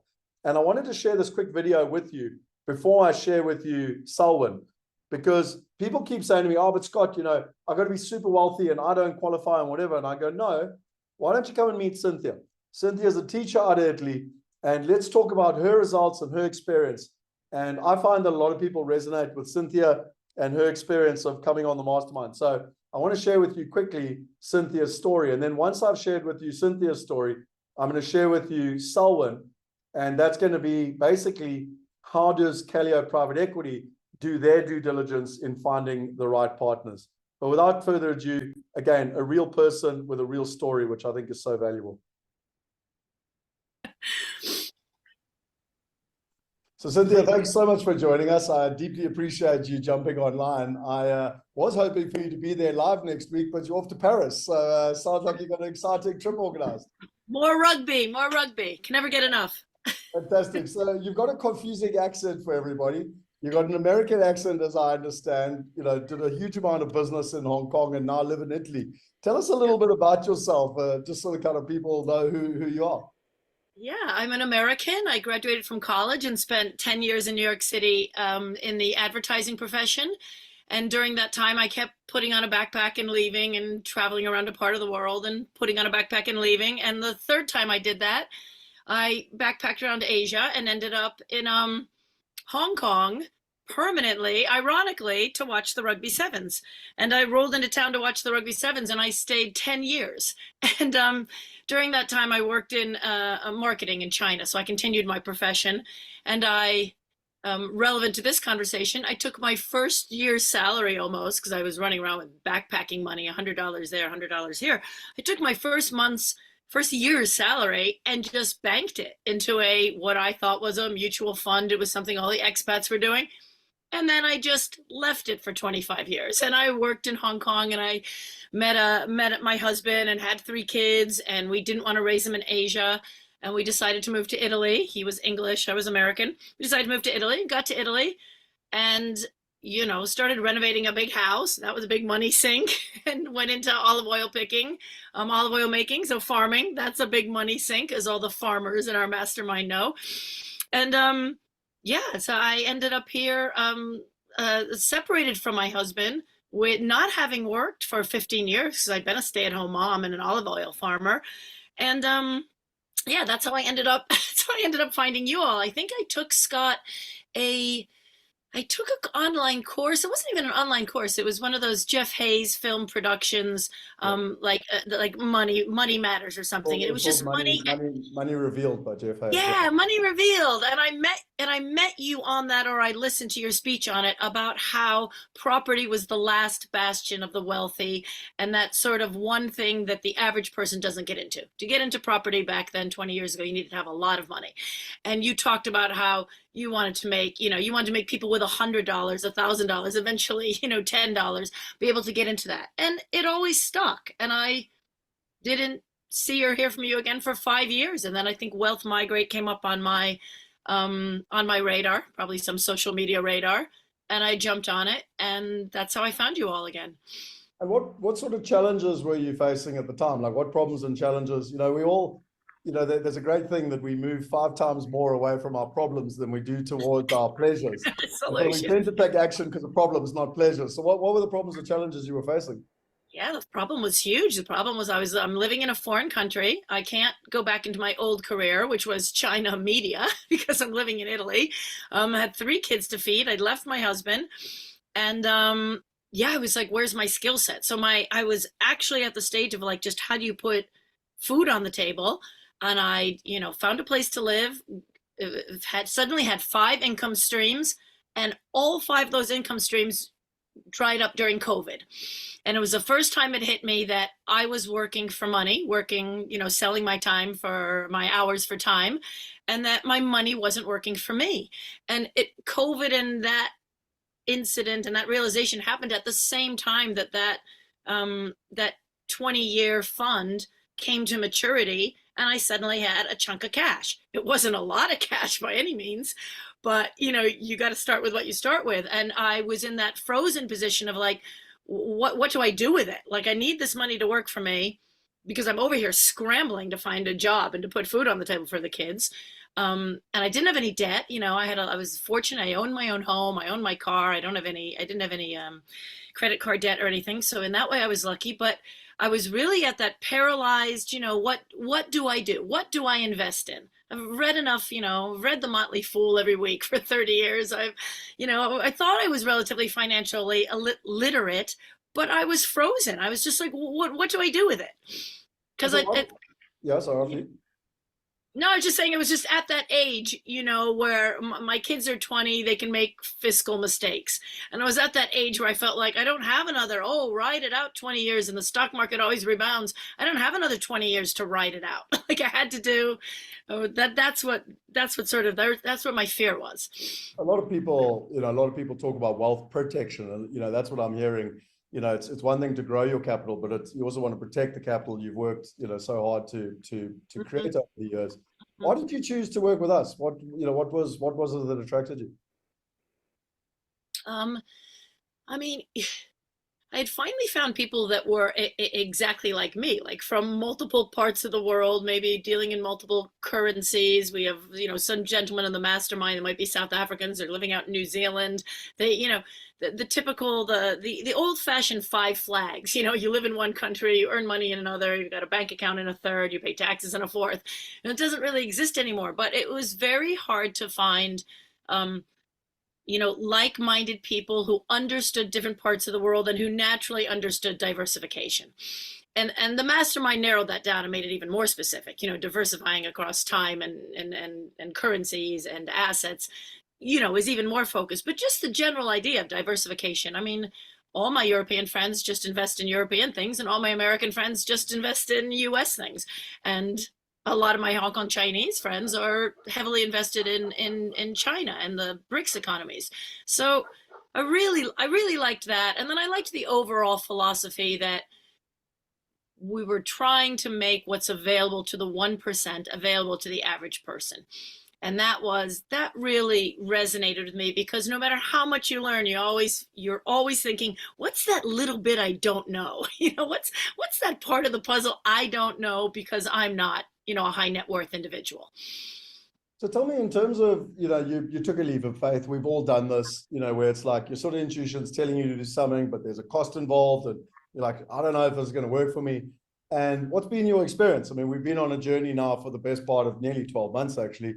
And what's been your experience, being part of this diversification mastermind? This diversification mastermind was different from every other sort of course or challenge or, I don't know, group I've ever joined, because it took you from the philosophy of how you're supposed to be investing and actually provided us with answers. So it took us from, it's not just, I didn't need the mindset stuff anymore. I felt like I was already there. And it took us from the mindset right to like, well, here's some ideas that you can invest in. And, let's all jump into this together. And if you're not going to invest in what we're providing, here's some other experts in different asset classes who you can go buy a promissory note from, or go buy an EFT from, or go talk to someone in a private, what do they call it? The family management, family asset. What are they called? Yeah. So you provided us, you weren't trying to be all things to all people. It was like, I'm Scott, I'm the property guy, this is what I know. And I'm never going to try and sell you a commodity. And I'm never going to try and sell you stocks and bonds, because that's not what we focus on here. But if you want those things, here are those experts that we're bringing into play as well. So I liked it that it was, it was holistic. Everybody sort of knows what they know, and that we draw on the experts in each related field for people to either choose to work with or not. But so you got that learning curve, but you also got that ability to, to execute and make investments with where you want them. I think what you just said there is so important. It's the execution. At the end of the day, we got to get results. And, there's absolutely no point in getting more knowledge. And, it's that whole saying of people think knowledge is power. It's rubbish. Applied knowledge is power. So, one of the things I love about your story is that, you've gone and met with Callio. So, again, I would have talked quite a lot about Callio already, but, most people don't get access to a family office. A family office is literally for the super wealthy.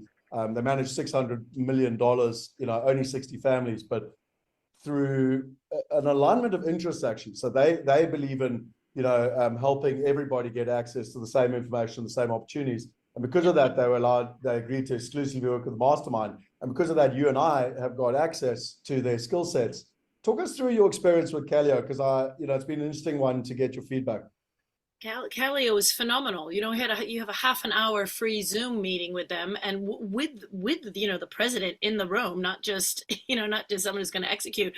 And they say, "What's your story? What are your needs? What's your financial situation?" And I pulled up that matured fund that I had and said, I need to invest this, but I don't want to, I can't invest it for the long term. Here are my needs. I have immediate goals. I have 3 children that have just gone off to college. So I suddenly have immediate financial goals that I'm not going to be able to meet if I keep just relying on my income or selling time for money. And they listened. They asked really smart, relevant questions I wouldn't have thought of, but they were particular to me. And I didn't feel like I was being put into a box of, you're this type of investor, or you're this type of investor, or you're this type, And it wasn't just the are you high risk? Are you low risk? It was really they really tried to understand my needs. And within 24 hours, they had a proposal to me that said, here's what we're going to do to get you money right now. And then here's what we're going to hold off on and keep discussing and think about and get you into eventually. But here's what we're going to do to solve your immediate problem. And within 1 month, I had income coming in from an investment from them, which just liberated me. I mean, it was just the buffer I needed to not panic about money anymore, and to make the rest of the decisions slowly and, from a different mindset. It's so interesting what you're talking about there, because the most of us just go along, we meet a financial planner, they put us in a box, we stick our money into something we don't even know what it is, and we don't get paid an income. We get promises of long-term retirement, but we don't get an income. And what you just said there is, within 1 month you got income back in your pocket. Now, in my belief, income is freedom. So and I mean, I know for you, you don't need to go into the personal story, but even then, I mean, it had a dramatic change for you in quite a quick space of time to give you that peace of mind.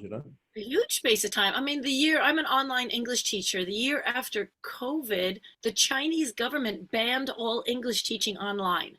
And I went from a 7-day-a-week job to nothing, to zero. And it was, and given that it's China and China's unpredictable, there's always those undercurrents and those rumors among online teachers. They're going to do it again. They're going to do it again. But having that financial buffer means to me that if it happens again and China locks out all online teachers, I'm not going to be sitting here with zero income. I mean, it's a safety net that's just unbelievable to me, that someone who is not by any means a high net worth individual can have your money working for you, can have my money working for me, and give me that peace of mind. Yeah. So tell me, 12 months ago, you could have been like so many other people. And again, thousands, I don't even know, hundreds of thousands of people have watched me present over the last 20 years. Most of them sort of hear it and don't do anything. 12 months ago, you heard it, took action. If you hadn't have taken action, how would the last 12 months have been in your mind? Like, what would have been the difference? I can definitely tell you I would still be sitting there with that matured mutual fund in the bank account or pension fund doing absolutely nothing, because it matured 2 years before or a year before I met you all. And I was like, right, get this invested. This was, it was the #1 goal every month. Get this invested and doing something. And I just didn't know what to do. I had so many ideas and so much information coming from me. And that's where I was 1 year ago. And, within 2 months of starting the mastermind and, 2 weeks of meeting Calio, that money was invested and working for me. And I honestly believe that if I hadn't found you all, I'd still be sitting on it. It would still be doing nothing. It would still be sitting in a bank account waiting to be invested. Yeah, no, that's brilliant. Or maybe worse, given to a financial planner being eaten away by to lose more money over 20 years, right? Exactly. Yeah. Tell me, why is this different? There's lots of masterminds out there. I mean, there's a plethora of information on the internet. Why has this been different for you from, your other previous experiences? Yeah, the fact that our philosophy is we're all going in the same direction is wonderful. But I think certain segments of our life. And, when you go into that initial conversation with all of us masterminders, you're breaking down what are our personal life goals, what are our financial goals. Life is more than just finance, but finance is one of those highly emotional, people have a hard time talking about it. It's not polite to talk about money. Maybe we don't discuss it with our best friends, but the mastermind is that one place I can go to where we're all talking about money. It's allowed. It's the purpose of it, and it's that space where we all throw out our mistakes. You've shared with us, I tried this and this, this is what happened to this property and this didn't work. We all can throw out our situations, and we're just all in the same space. We're all in that. Let's talk about money. Let's learn as much as we can, and what are the next steps? What are we going to execute for each other? And it's just such a nice space to be in, because you can go out in life and maybe not even talk to your spouse or your best friends or your brother or your kids or about money. And it's just that space, because it's such an important part of our lives. And it's that space where we all have permission to do that. And we're all going in the same direction. Yeah, no, I love what you said. And I think, there's so much power in collaboration, and again, just simple metaphor, birds flying in a flock can go 70% further. So unfortunately, I know that, I don't know if you were the same, but certainly myself, I was trying to do it all on my own for 14 years. This was like, I'm getting nowhere doing this strategy. Right. Tell me last thing, if someone's sitting in they're sitting here, they're watching this and they're sort of saying, it sounds too good to be true. I don't know, like, what should I do with my life? Have you got any advice to them? You've been in that situation. What would be your, advice, recommendation? We don't get financial advice. I think the problem is that if you've made it this far in either the Wealth Migrate platform or the Wealth University you've done, you're already an intelligent person, and that almost works against us, because we go like, I'm smart, I can do this, but oh my God, EFTs. All I have to do is Google like top 10 EFTs, or jump onto one of those crowdsourcing platforms or something. I can do this by myself. And I think it's almost a hindrance being somewhat financially knowledgeable. I mean, it's almost a block, because you get to that. Yeah. I've taken the course. I've done a challenge. I can figure it out from here. But there really isn't anything like finding the partnerships that we have in this group. I mean, there is no way, for all of my love of reading financial documents and being on financial websites and blogs, there isn't any way I would have ever found the partners to invest with and to invest in without being in this group. There's just no physical way I could have ever, industrial buildings in Texas, or healthcare centers in Brisbane. How am I going to find those sitting here in the middle of Europe? So yeah, I think the partnership is the number one reason to join the mastermind. It's not just about the knowledge, it's about how do you execute, but you can't execute unless you have the deals in front of you. And you can't have deals in life, in any aspect of life, unless you have good partners. And it's the partnership that I would highly recommend people to, it's worth the entire investment. Is the partnerships brought. Well, thank you so much for your time now. Thank you for sharing. And for me, the thing that I'm most grateful for with the mastermind is the amazing community that we've got. And you're one of the stalwarts that are leading that community with your energy and everything, which I deeply appreciate. And I love what I love most about your story is that most people assume that everyone's like uber wealthy and got millions of dollars and highly sophisticated and whatever, and we're not. You and me are not like that, and yet we can get access to the same knowledge and the same partners. And the thing I love most about when you shared with me your story, it was like, well, look, I've listened, I've acted, and look at what it's given me, and in quite a short space of time. And I think I just deeply appreciate you sharing that with people, because hopefully it can inspire others to get the results for themselves. Yep. I would say jump. I mean, when I think of where I was 1 year ago, it's a million miles away. And not just because I have income coming in, but knowing what my next steps are. Like, I know where I'm going. I know where the next chunk of money is going to go into. I know what, I want to invest in. I know what I don't want to invest in. And I know the partners that I want to do it with. And that's just a huge weight off anybody's, financial shoulders. Awesome. Well, we look forward to further results from you. Thanks so much. Good. Thanks, Scott. And so did you enjoy that?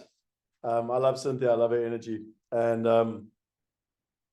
I've said it lots of times, but I enjoy a story because I think it's a kind of a Me Too story. Like we can all participate. And I love the way she shares, because a lot of people, rightly or wrongly, say to themselves, I can't do this, or it's for other people or whatever. And it's like, no, you can do it. And, you know, it's one of the reasons I love sharing Cynthia's story, because, you know, if she can do it, so can you, in terms of that philosophy. Okay, so let's rock and roll. I can see there's a bunch of questions there. Mike, thanks for the questions. As I say, I'll answer them for you properly in the VIP section. And yeah, what I want to do now is I want to pivot quickly. And again, just to, if people are asking how it all works, you know, we've got Wealth Going Global, which is the right information. You've then got Asset Mastery, which is the right partners. And then you've got our mastermind, which is where we collaborate with the family office. So that's kind of what we call our aspirational ladder, if you just want to kind of know how it all fits together. And our kind of philosophy is, you know, we kind of want to take people all the way up the aspirational ladder to achieve your results. So you can either do it on your own.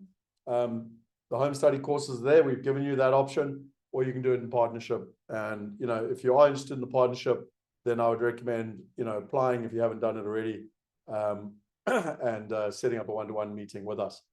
Without further ado, though, I wanted to share with you something that we offered, again, to our mastermind members.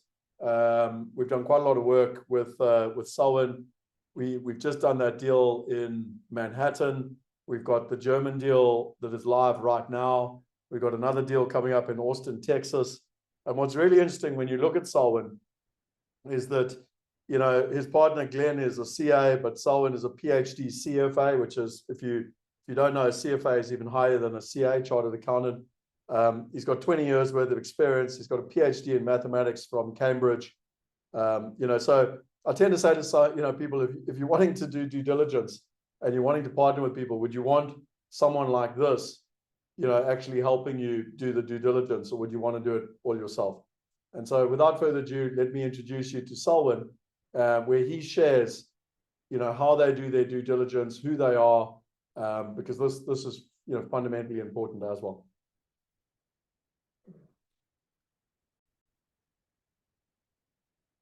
Selwyn, it's awesome to have you. Thanks so much for joining us. Sorry. It's wonderful to have you online. And just before we get started with you, I wanted to share with people a little glimpse into kind of you guys' background. So firstly, in terms of Calliope Private Equity, you know, I just love this, the front of your website, where it's literally communities are more powerful than networks. We're going to talk a lot about this today because, you know, I always say the number one way to manage risk is the right information and the right partners. And how do you do that? Well, it's about getting access to the right networks, basically, you know what I mean? And what you guys do is take it to the next level, which is community. And it's really what we're doing. I mean, on this thing, this diversification challenge is a community of people.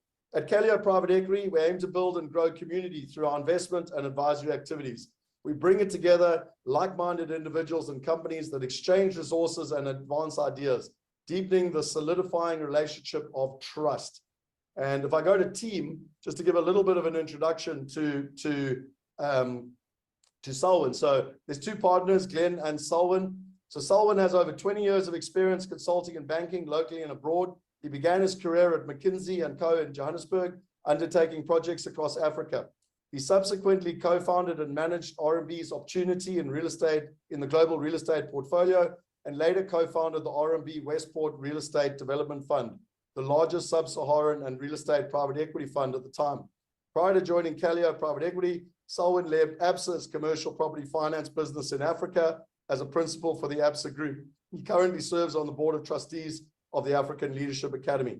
And if you don't see it here, he has a PhD, which is a doctorate in mathematics from Cambridge University, which is pretty impressive.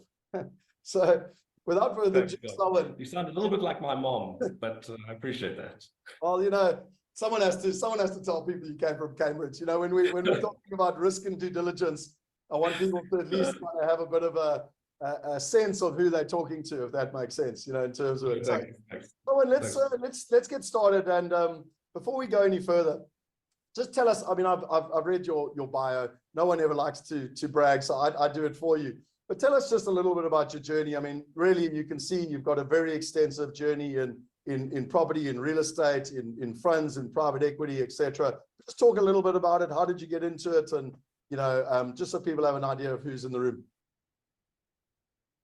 So Scott, I mean, you've read out my bio. I started as an academic and realized that wasn't really an expression of myself. I didn't want to be in research, and I didn't want to be stuck in an institution. And the best way for me to get diverse experience in commerce was through consulting. And when I joined McKinsey in Johannesburg, it was the fastest growing office in the world, McKinsey's fastest growing office in the world. And we had very diverse clients and very diverse projects in operations, strategy, organization, capital planning, and so on. After being there for a few years, McKinsey has gone through phases, as people on this call would know. I joined RMB, and that was actually life-defining for me, joining RMB. My current partner, Glenn Scorgi, was one of the first people that I worked with when I joined RMB. And in your point earlier, I'm actually glad I joined a little early and was able to listen to what you said. I'll just share here, just so people can see. This is Glenn, who someone's referring to. So yeah.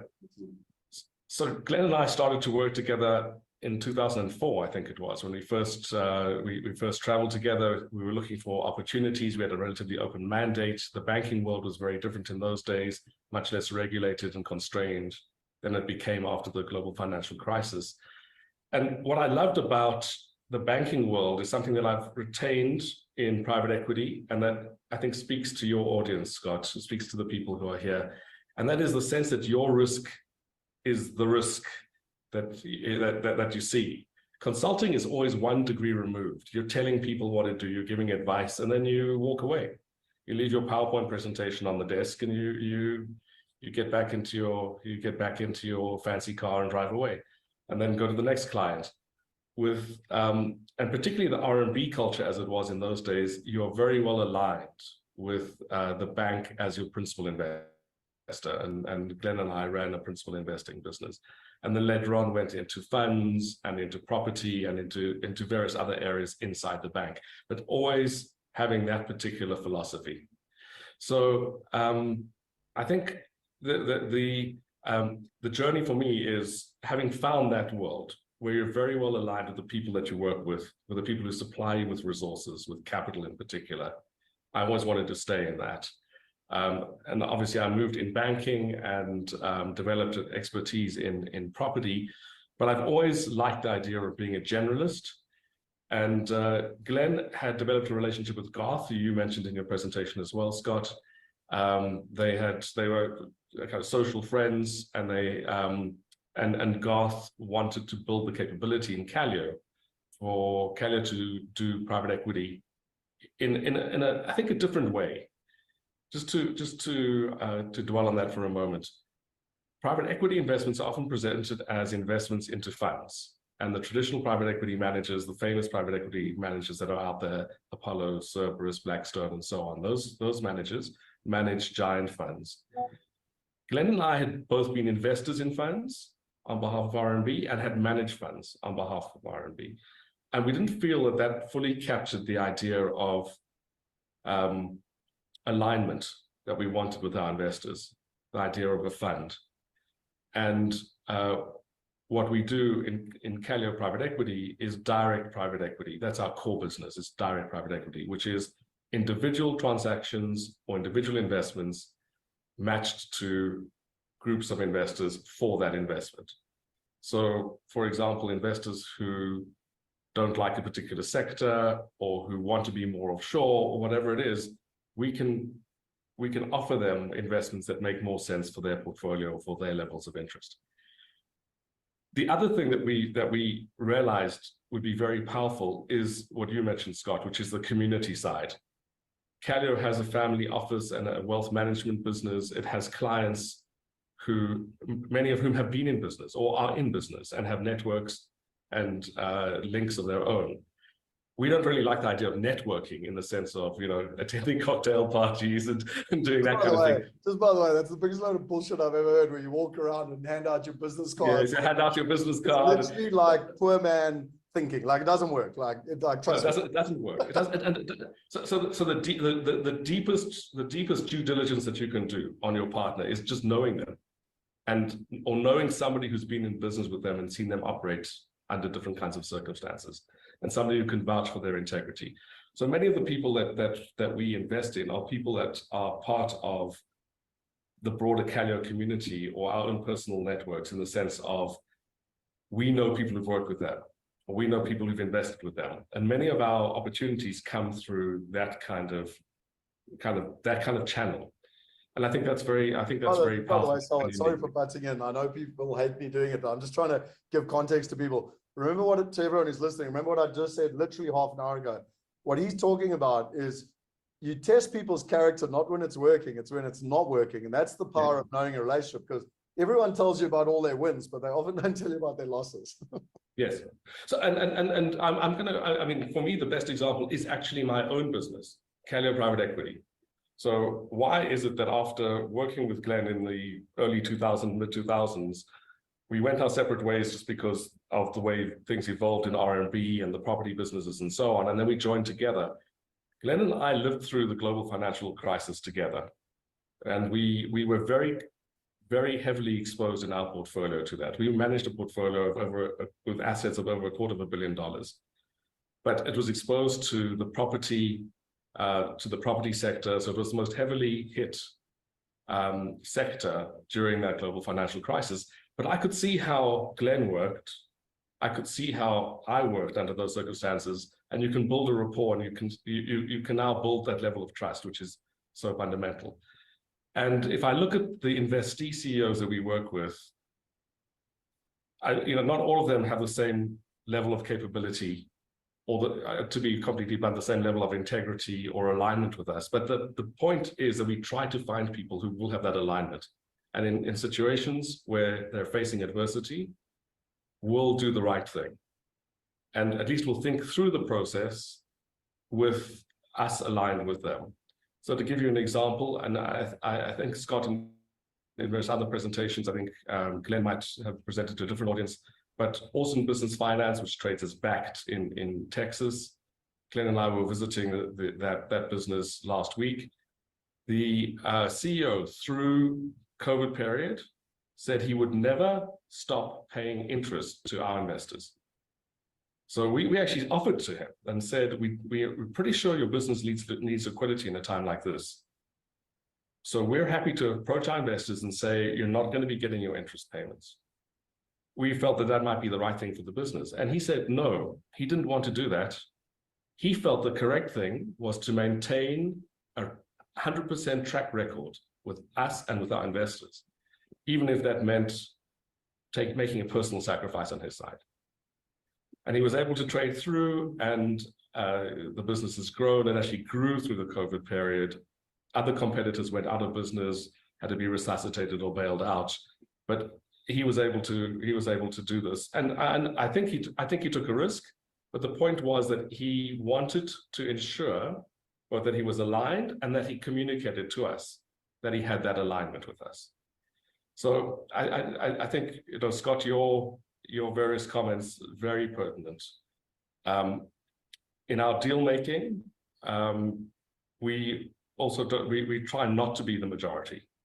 We want to make sure that management and the people who are going to be required to deliver on the investment thesis. I'm being rude, but I'm just coming back to this, like what I call old school mentality, new school mentality, because old school is, and by the way, Glenn did an incredible presentation last week to our mastermind, was about private equity, and I'll show you some of the slides. Again, people have access to get asset mastery should they want. But the point being is that the old school way of doing it in business or in property was to go and buy the whole thing, okay? And the first time I ever learned about this, ladies and gentlemen, was actually my father.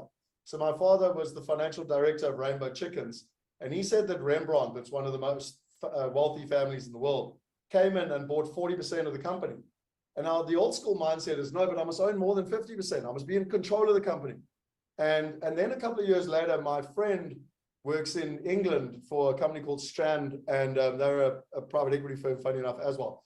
And they got bought out by a big family, and this family, the Hanson family, bought them for 40%. I thought, shit, there's a pattern there. The wealthiest families in the world are buying 40%. Why are they not buying 51%? Because we're all taught to go buy the whole thing and we must control it and whatever. And the point being is that that's an old school way of doing it, because if you control it, you have to manage it. And then, interestingly enough, literally last week, Glenn said, no, we're into conscious capital, and we'd much rather the founders and the owners of the team and, you know, whatever, have the majority, because then they're going to get out of bed every morning and worry about it and getting it done, versus you getting out of bed every morning and worrying about it. So I'm like, sorry, I'm jumping in, Solomon, but I'm just trying to give context to my little picture that I drew here, basically where you're going, you know? Yeah, that's exactly it. And then the other component is often leaving space for other key employees. So yes, the founder, manager, it's often also other people who are needed to be aligned and who need to have the same kind of orientation. So we're very keen, like in our contracting, we're very keen being on the remuneration committees of the companies that we invest in, both to avoid the conflict that you have with the CEO founders, but also to manage that next level, to say, who else is important here? Are they correctly incentivized? Are they locked in? Is there the correct protection for the company and the correct alignment for that employee? So to try to understand how value is being delivered, and knowing that as an investor, you are bringing a particular kind of value. You bring risk capital, but you're not bringing operational capabilities. You're not bringing market knowledge or anything like that necessarily directly. You sometimes can help. And I think we do help our investees. And we often intervene when they want us to intervene. And they'll say, can you help us with this? Can you talk to the bank for us? Can you sit on this call? We've got this issue with one of the other shareholders. Can you help us? We're always available to our investees to do those kinds of things, and to investee CEOs and founders. But we are we're fully aware we're not able to do what a CEO does day in and day out. We're not able to do what a management team does day in and day out. And we're deliberately if we could run, one of our investees, we would, rather than our current job. But we actually believe that our founders should be the best at running their own businesses, both because they should be fully aligned, but also they should be developing their knowledge as they go, as they operate, and they should have entered with a particular understanding of their business, which obviously we test. Yeah. So yeah, to go back to your original question about personal journey, I think for somebody like me who feels that they're a generalist, wants to be involved in quite a few things, likes the interactions, which are, I think, meaningful interactions with partners. This is a very good job that I have. That I'm able to speak to CEOs about something that's very fundamental to them. In many cases, I'm able to help them, and our role in their lives is actually quite fundamental. And we do have investees who are very thankful for the way we've approached things. And we've actually had people seek us out saying, I know I can get the money somewhere else. I could probably get a better deal somewhere else, but I'd actually rather have somebody who wants to relate to me when things are not going well, will understand that or help me intervene in a positive sense. So that's the conscious capital side, in terms of not just in terms of the final end goal investment, but also in terms of how we operate those investments and how we make those investments on day one. Yeah. So let's go. I want to share my screen here quickly, and we're not going to regurgitate everything that Glenn went through. So Glenn did this session for our mastermind, and like I said to you, every month we go deep into one asset class. And Glenn, actually, funny enough, literally this month of October, did the private equity one. So again, you can get this as part of asset mastery. But what I just wanted to talk about a little bit was just the asset class of private equity, because some people confuse it in terms of what is it, etc.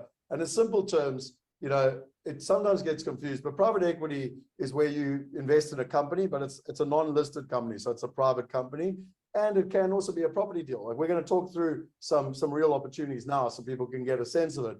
But just from your perspective, Selwyn, how would you sum up private equity? Yeah, I think you've already summed it up. So it's a massive asset class. Normally when they show private equity or the size of private equity, they're only talking about those things that show up in formal funds. But if you think about it, almost every business, any business that is not listed, is a private equity business in the sense of operating outside the public, outside the public listed markets. So it's a very wide range of potential investees, and it's our area in private equity is a little bit above venture capital, but certainly below what we would normally classify as buyouts or mergers and acquisitions. We invest in what we call growth. So it's the supply of capital to businesses that want to grow and for whom the best form of capital is equity capital and long-term permanent capital in some other form, potentially permanent debt even. So that's how I would classify our version of private equity. Brilliant. And I think, again, I'm not going to go through all these slides, but you know, if going through this whole presentation, there was like, what are the different returns? How do you balance risk and return? It was talking about private equity in 2022 and where the opportunities were. It was talking about the Callio private equity team and taking it to extend more around what Selwyn has already spoken about and what differentiates them. But what I wanted to do was actually to pivot and I want to start talking about some you know, using a deal as an example to kind of talk about kind of risk and partners, because I kind of want to get in. So as an example, this is an opportunity that is literally becoming available as we speak. It's one of the ones that you've done a lot of due diligence on, but let's like use this as an example, as a case study for kind of the type of, you know, thinking that you would go through in terms of risk and due diligence. So let's just say now, I want to be in American property. I personally have been wanting to be in it since 2010. I've been wanting to get into Manhattan for my whole time, and I've never once been able to invest in New York, let alone Manhattan, you know, because it just never found a way to be able to do it, never found a partner on the ground. And so talk us through, Selwyn, the process you and Glenn go through in you know, ascertaining a market, you know, finding the partner, doing the DD on a deal and determining, yep, this one's good for our investors. So this is actually a fantastic example, Scott. So one of the sponsors of the underlying transaction for this Catherine Street transaction in Manhattan is somebody called Duncan Randall. Duncan and I have known each other. We were for over 20 years. We were together in McKinsey and we served on the same team and landed up living in the same house for several months, serving a particular client. Duncan is married to an American. He's lived in America for several years now, and he's built a property business using his own money and money from other investors. He had previously been a private equity operator in South Africa. He was one of the founders of Tana Africa, which is funded by the Oppenheimer family and a sovereign wealth fund from Singapore. So here is somebody that we know very well. Duncan knows that we have an investor base that is interested in these kinds of assets. He has shown me personally transactions. Before I joined Callio Capital, I invested with him myself. So I have a sense of how he's operated. I know how he's operated through difficult times like the COVID period and how he's been able to manage assets. He actually approached us and said, this is what's going to come available. I want to structure a deal which will allow your investors to invest into this debt. There are other people in his network that he's offering this to, and so we had we had a chance to review his due diligence, look at the documentation ourselves, ask various questions, understand the market studies, and so on. But the starting point was this was not something we sought out. We did not do a web search and say, well, deals available in Manhattan. And by the way, just quickly, sorry, if you do that, like you're buying the crap no one else in America wants. By the time it's on the web, no one else exactly wants. Right. Yeah, so this is very much a private deal based on relationships that we have and that other people would simply not have access to. So I think this is one of those examples. Every single one of the deals that we have was sourced or has been sourced through somebody coming to us and saying, do you want to participate? Does this interest you? Is this something that your investor base is likely to go for? And then we can interrogate it and say yes or no. In this case, what was brought to us was a very much established transaction.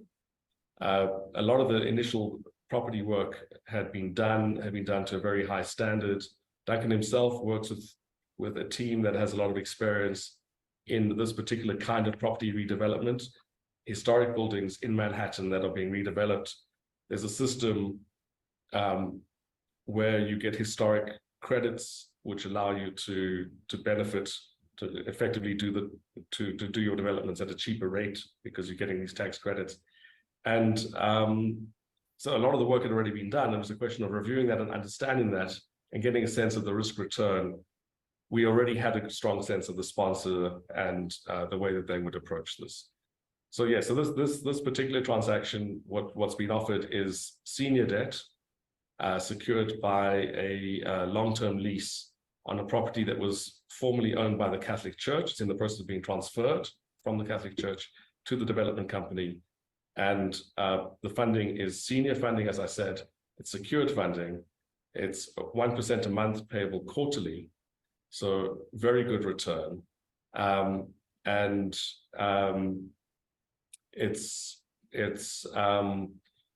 We've again, to Scott's principles, we've said we will only take a relatively small portion of it.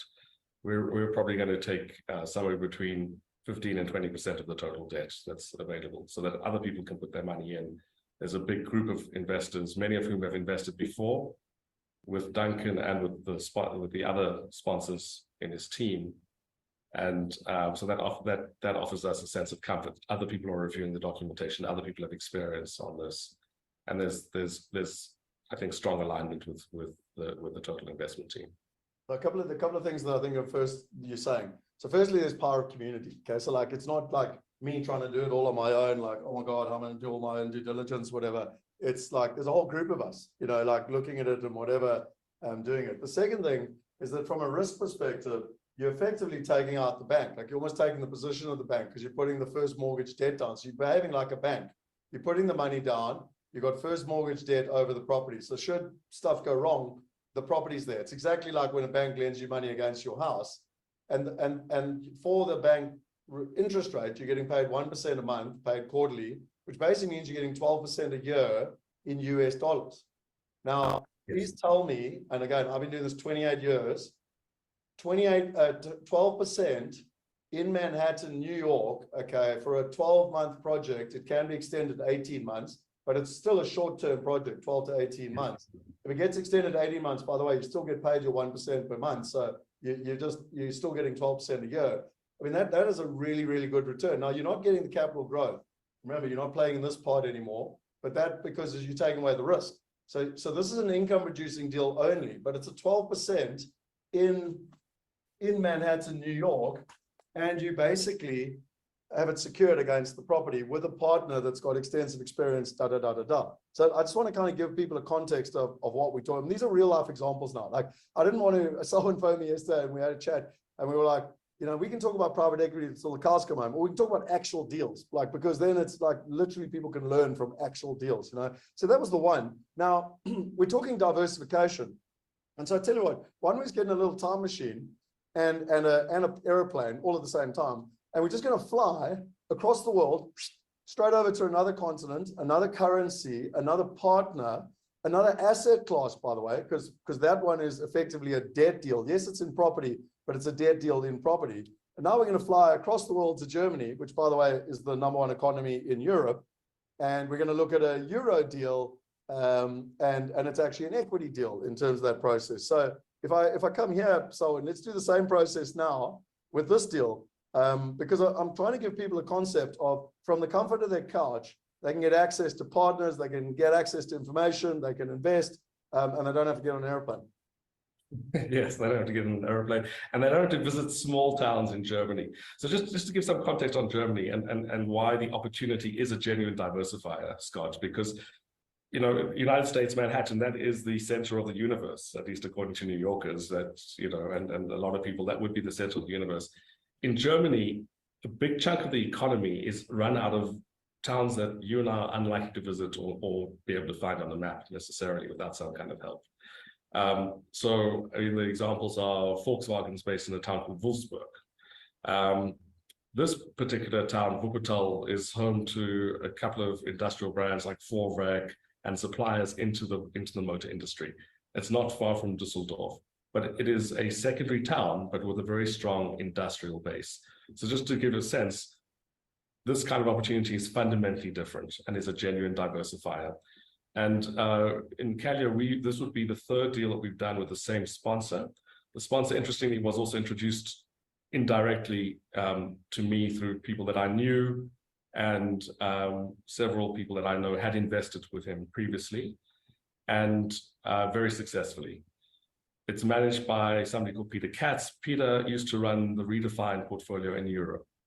And he then went on his own and uses private money and has a very similar mindset to us, which is quite important. He also raises funding, does a kind of an equity raise for each individual investment, and he wants to do it through people that he trusts and that he knows. So as I said, this is the third one we've done through Callio, but before that, I'd actually been exposed to several of his other transactions. And again, I'm used to his due diligence process. It's very rigorous. It involves technical elements, engineering studies of the buildings, for example, studies of existing leasing documentation, tax structuring, and so on. Those are extremely important in this kind of transaction. What's been offered here, though, and again, to Scott's point, is actually equity. So it is an equity exposure. It does have a reasonable yield. We expect a kind of mid to high single-digit yield initially. It has in-place debt, which is important. It has debt that was entered into and that will be assumed on transfer of the property when interest rates were still low and that were fixed at that time. So there's a massive benefit in that. But just on that, sorry, Soren. So what's really important here, people always say to me, oh, but Scott, you know, if I buy a house, I'm getting a mortgage, so I'm getting leverage, and, you know, et cetera, et cetera. And what you're saying is so important, because you are still getting leverage. The only difference is, even if you got $100 million and you fly to Germany right now, the chances of you getting debt are zero, because you've no relationships. And if you do get debt, you're going to get very expensive debt compared to partnering with a local person that's got a track record, got experience, has the debt in place, and like you said, has fixed it prior to the interest rates rising. So it sounds too good to be true. And it is if you're trying to do it on your own, unless you've got partners. Yes. So these deals that these deals that we're talking about, Scott, are a little bit different from the deals that we normally do as a pure private equity house. Anyone who visits our website will see deals that we've done directly.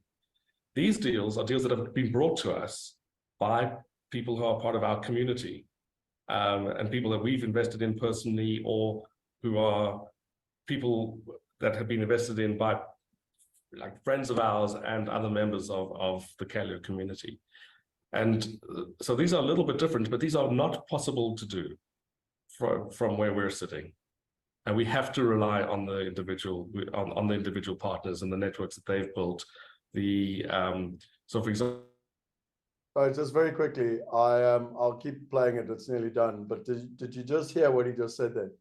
So Callio, with all of their money and all of their clout, is not possible for them to do the deals without the partners. I don't know how to reinforce more what I've been trying to say all day. For example, Peter has a whole team of people who do due diligence for him in Germany. He has a legal team that has worked with him on multiple transactions. He has an administrative team that is able to manage the investment structure for him. And those are things that if you and I were trying to build those from scratch or trying to do on our own, we simply would not be able to do without years of work and without having been in the market previously. And the benefit of somebody like Peter is he built up his infrastructure while working for Redefine and building their European portfolio years back. Then going on his own, he decided to focus on particular asset classes. He did a study He said there's certain kinds of assets that seem to do well through the markets. Health assets, diversified assets, basic necessities, properties that deal with basic necessities. And then the German market in particular has certain resilient features to it, including the availability of debt from multiple funders. Again, but Scott's point stands. It's not possible for us to arrive there, drive out to Wuppertal, and to start doing deals. These deals come along quite rarely. This is the first deal we've seen for over a year from Peter. Just hasn't felt that the other deals that he's seen are good enough for his investment, for his investors. Yeah, so that's just to put in perspective, so the last deal you guys did with Peter, and you've done 3, so there's track record, yes. You've already said. But I remember there was a deal as COVID was happening, and one of your investors got spooked, and there was a gap for 700,000 euros. And I was like, pick me, I want to be in it. And we tried to go to our investor base, and like we just couldn't move quick enough, because these things move quickly when it's a good deal. And again, I remember it being a DIY store, yes. Anyway, and the long story short was it was a great income return. It had good capital growth, and you guys exited that in 18 months or something, and got a 1.8 multiple, which basically means if you put $100 in, you got $180 back, which is like really good in less than 2 years. And it's again, like it was for me, it was so frustrating. It was like I was like, I want to be in the deal, but we just couldn't act fast enough, And one of the reasons we created the mastermind was that sometimes through the Wild Migrate platform, it takes too long to get stuff set up and blah, blah, blah. And sometimes with the mastermind, it's like, guys, it's a good deal. We need to move quickly. Are you in, are you out? And then sometimes that's how private equity works. You've got to be able to act fairly quickly. So when this deal came along and you were like, same operator, same person, I was like, if you don't let us get in this deal, it's gonna be war. You know what I mean? So really, really appreciate it. Peter, let's go to the last one. So again, let's go back in our time machine now, back in our airplane, and we're going to fly right across the world back to Austin, Texas. And again, we're going to go into a different asset class now. It's still under the umbrella of private equity, but now you're actually investing in a company. And Peter's, I keep saying Peter now because you put Peter in my head. Someone's already mentioned this company backed.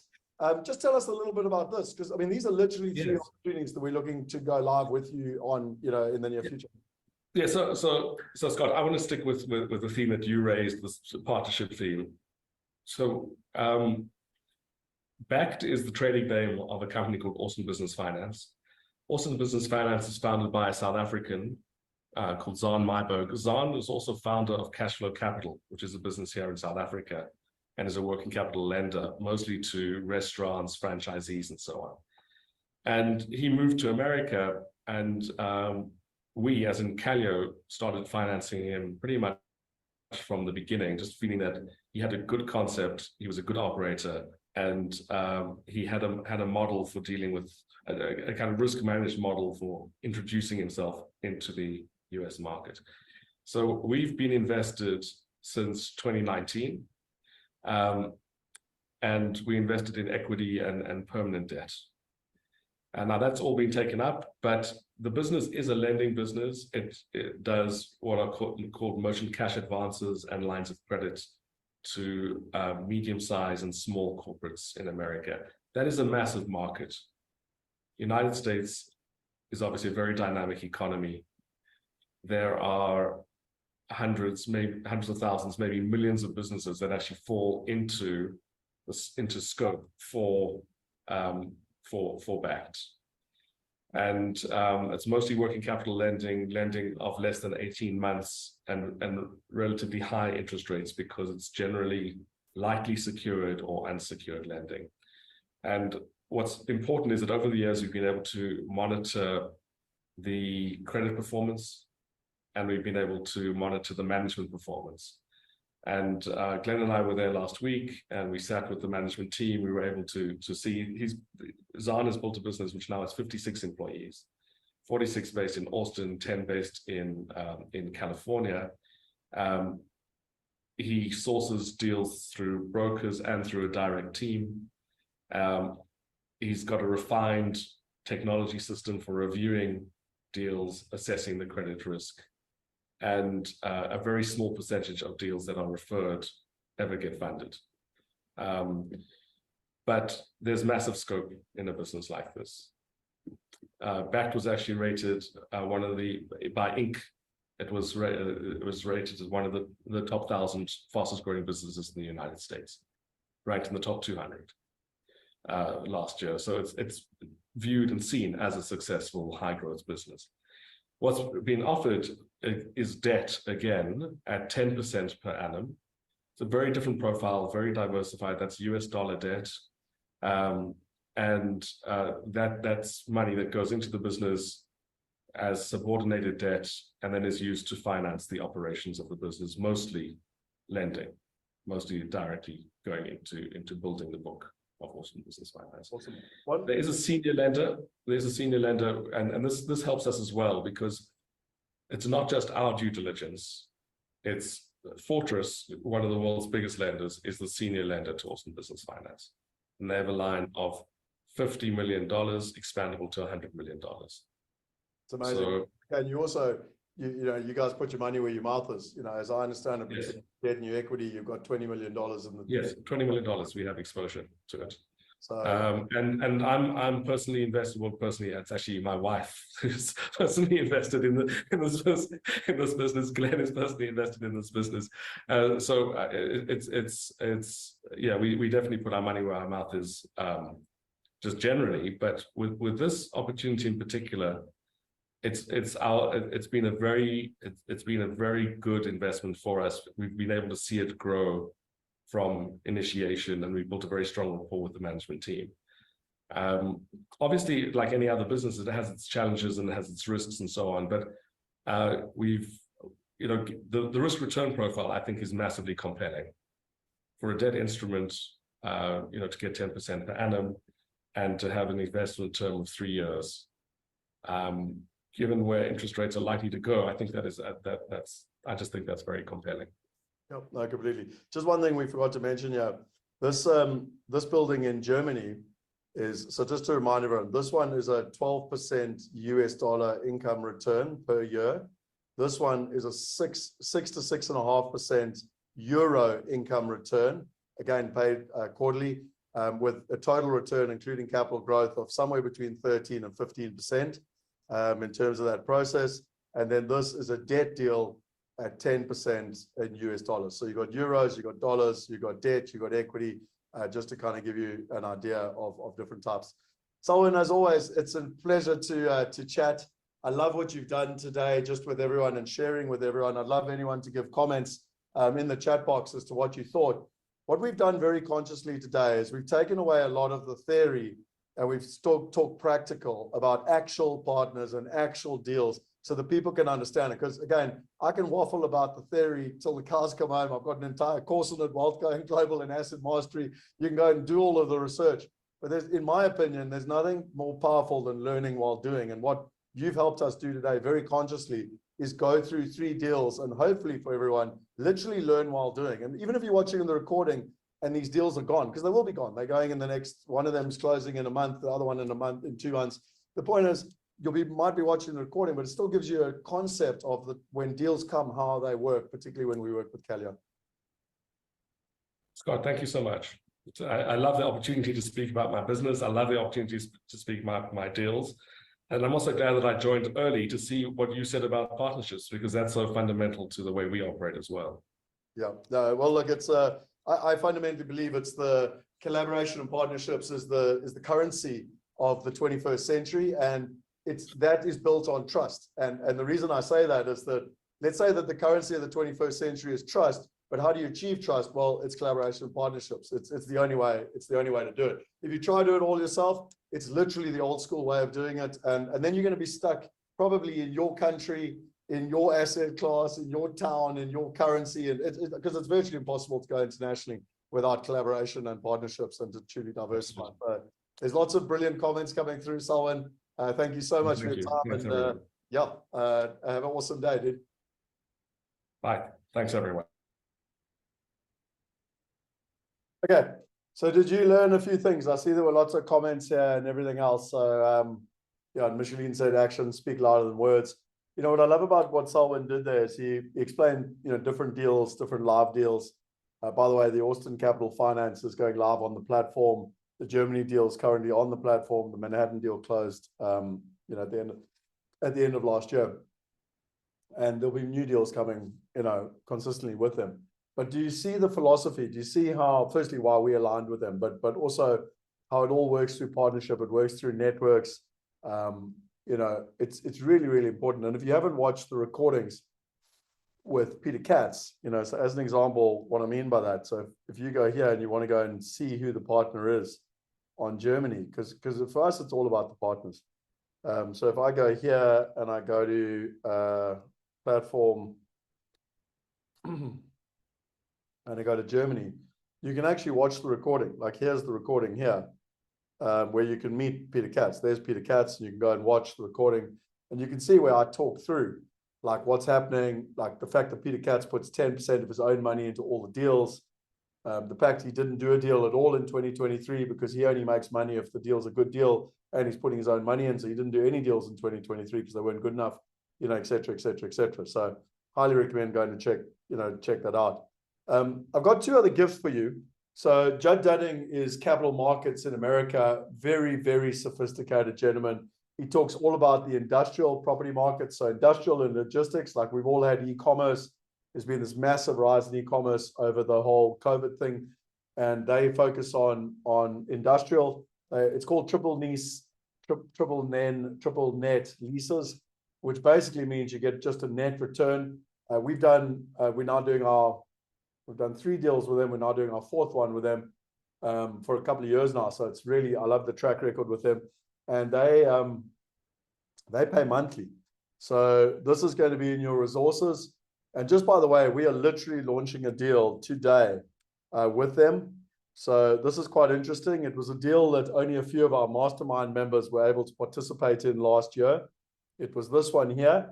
If you're interested in Phoenix, Arizona, which is one of the best cities in America, one of the fastest growing cities in America, top 3 cities in America, this deal is, you know, again, it happened quickly in the middle of last year. We could only participate with our mastermind members. And there's one investor that was meant to put in $500,000, committed to putting in $500,000, and has messed Judd around for 6 months. And so he's given it to us. He put his own capital in for $500,000, and he's given it to us to allow our members to participate. So this deal is working. I personally am an investor in this deal. It's paying every month, but I mean it's awesome. I mean it's literally in Phoenix. It's an industrial logistics. It's, you know, you're looking at cash on cash of about 8%. The IRR again will be about 15%. So yeah, it's literally under review at the moment. You can't invest in it yet, but the intention is that it's going live literally today. So you know what's so cool? I think what is so cool is that as an investor now, you know, you can invest in Germany, you can invest in an industrial deal in America. You've got the private equity deal coming with Austin Capital Finance that Selwyn just spoke about. So, you know, everything we've been talking about with regards to due diligence is a reality. Then the other interview that I'm going to share with you is Bruce Saunders. I've been working with Bruce since 2012. He's actually a South African chartered accountant, but went to America in 1999. I forget who it was with, Deloitte or one of the big 4, KPMG or one of them, and has stayed there ever since. He's been a CFO, effectively the financial director of a number of property companies. He's only really been in the property industry, and I do an interview with him on what's happening in the markets, what's happening in medical office, what's happening in multifamily. I've done 7 different deals with Bruce. All 7 of them worked. He's a very conservative person, and what I like about him is if he says you're going to get an 8, you tend to get an 8.5 or a 9. You know, a lot of people will tell you that you're going to get a return and you end up getting less than the return. He's conservative, and I love that. And so he's probably the person I respect the most and trust the most on the ground in America when it comes to property, particularly in the financial space. So yeah, I would highly recommend going and watching that interview. And again, I'm looking to bring out a new deal with Bruce as soon as we can. The problem with these people is they only bring deals when deals make sense, because they put their own money into the deals. So they don't do deals for the sake of doing deals. They do deals because the deals make sense. And again, remember, we've spoken all day about alignment. Okay, is this starting to make sense? Is this partner thing, has this started to make sense for you, basically? Yep, I am conscious of time. So Dawn, just remember the links are in the resources doc. So if you go to the resources doc, and I think I've still got the resources. Yep, there's the resources doc. So you literally go to day 4 resources, and you will see all the links here. There's the cheat sheets, the white papers, the action steps, and then everything you've got. Judd Dunning, Bruce Sanders, it's all there. The investor roadmap, etc. And by the way, Shane's also found the video. Someone was asking about cash on cash. Shane's found the video I made 6 months ago on yield, cash on cash, and IRR, the best kept secret of the wealthy. So he's going to put that in the resources as well. I know you're probably feeling overwhelmed. You know, we've got to sort of look at it as well, because we're giving you guys so much information for free, and we're probably overwhelming people. But yeah, hopefully you, yeah, it's everything you need to know. Okay, so Albert Einstein, the definition of insanity is doing the same thing over and over again and expecting different results. So, you know, I spoke earlier about the mastermind, and I tend to say to people, well, you know, if it's worked for you over the last 10 years, then fine, stick with what your current plan is. But if it's not working for you and you're not getting the results you want, then maybe it's time to do something different. And that's why I ask people the question, and I say to them, like, is this stuff overwhelming? Is this stuff, you know, is there so much information you don't know where to start? You've got Bruce, you've got Judge, you've got, you know, Selwyn, you know, like you could go on and on and on. Scott, there's so much information. Where am I supposed to watch all this stuff? Well, I remind you of that question I asked you earlier. You know, if you had this this extremely direct question, you had this serious medical condition, if you had to lose 10 to 15 kilos and you had 2 options, you could go do the home study course. We've got the home study courses. We've literally shown you how you can sign up for free. I mean, I don't know what more I can do. It's there. It's for free. Okay, between Shane, Alex, and myself, I don't know what more we could do. Or you could have a coach. And again, you know, Shane and I and Alex and the team are saying, hey, we're here to help. Let's take you through it. It's 2024. It's time to get results. You know, let's stop making excuses. You know, I wish I'd done something 10 years ago. I know, Mandy, you said that. Oh, I've been in crypto. I wish I'd done something. Let's move wishes into results is our kind of logic. And so, you know, reminding you, Wealth Going Global, you've got access to the countries, the currencies, the assets, the partners, which we've been through today, and all the due diligence and the time. You know, asset class mastery. So, I mean, that's all about the right information. Asset class mastery, you got access to all of these partners, every single partner in all the different asset classes. So again, if you want the home study course, they exist. You've got the right information. You've got the right partners. When it came to the mastermind, it was a case of, you know, what do we do? Because I've been part of masterminds that I paid $50,000. And our philosophy was, you know, if someone pays $50,000, then they might not have that much money to actually invest in deals and to earn a passive income. So we said, well, we're not going to charge $50,000. I know in Europe and England and America, a lot of the masterminds are at least $25,000. Like, people literally don't get out of bed to run a mastermind for a year unless they're getting $25,000. And we decided we're not doing that either. And then, you know, most people say to me, Scott, you should be at least doing $10,000. And our philosophy is we're not even doing $10,000. But I do ask people a question. You know, I'm not going to charge you $10,000, but if I was going to charge you $10,000 and I could help you achieve your freedom goal, would it be worth it? Yes or no? You know, in fact, if all of this, you know, could provide you the peace of mind for your family and for your future, and to know that it was secure, would it be worth 10,000? What about if there was a knowledge that you were actually protecting the wealth that you had created? Would it be worth 10,000 to you? What about if you were saving a decade of your time? Would it be worth 10,000 to you? And finally, you know, what would it mean to you if you had diversified passive income and you could literally save, you know, and have the peace of mind to know that this was a reality? Would it be worth 10,000 to you? And, you know, it reminds me of, we started on Monday with Michael Honeysett, and I always remember with Michael, it was 20,000 Rand, which in those days was $2,000 to come on the buyer's trip. And he was like, I can't afford 20,000 Rand. And I remember thinking, just, we've got such a problem here, because like, how's a guy going to buy a house in America for $100,000 if he can't afford $2,000 buy trip? And it was so interesting because we did a deal and we kept it cheap, and he just paid the costs at the time. And, you know, he then joined, and as he said, it was the best money he ever spent.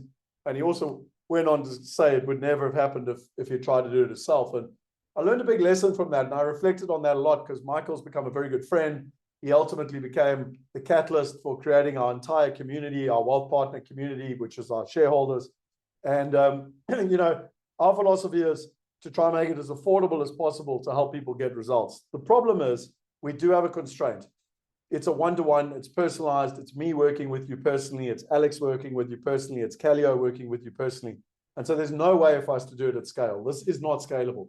And it's one-to-one. So the only thing that we can do now that we're bringing in the Callio consulting and the Enneagram and everything I spoke about yesterday is to put the price up, because the demand is starting to outweigh the ability to deliver. And so the deal that we've got with Callio is that we're only allowed to onboard 5 people at a time. That's not only because of my time, my constraint, Alex's time, Alex's constraints, and also Callio. And so unfortunately, that's the constraint. And so that's why we meet with people one-to-one. We just try and make sure that we understand what they're trying to achieve and we can help them achieve their goals. And again, if it resonates with you after what you've heard over the last 4 days, I highly recommend that you go along and you apply, and let's have a chat. And I know there's a bunch of you that have already spoken with Alex, and maybe after the last couple of days, you've realized, back to Einstein's theory, you can keep doing what you've always done and you can hope to get different results. That's insanity. Or maybe you can do it differently in terms of that process. So yeah, that's, you know, that's, and again, if you go along to that link, you can see a lot of what different people say. And our kind of philosophy, in a bit of a joking way, is, you know, Alex and I and Callio are here to be that coach, to be that trainer, to knock that door down, and whether it's the carrot or the stick, it's to help you get that guidance. And, you know, something I pride myself on, in a right way or wrong way, I actually don't know anymore, but I love taking people out of their comfort zone. You know, my personal vision statement is to help people achieve the impossible.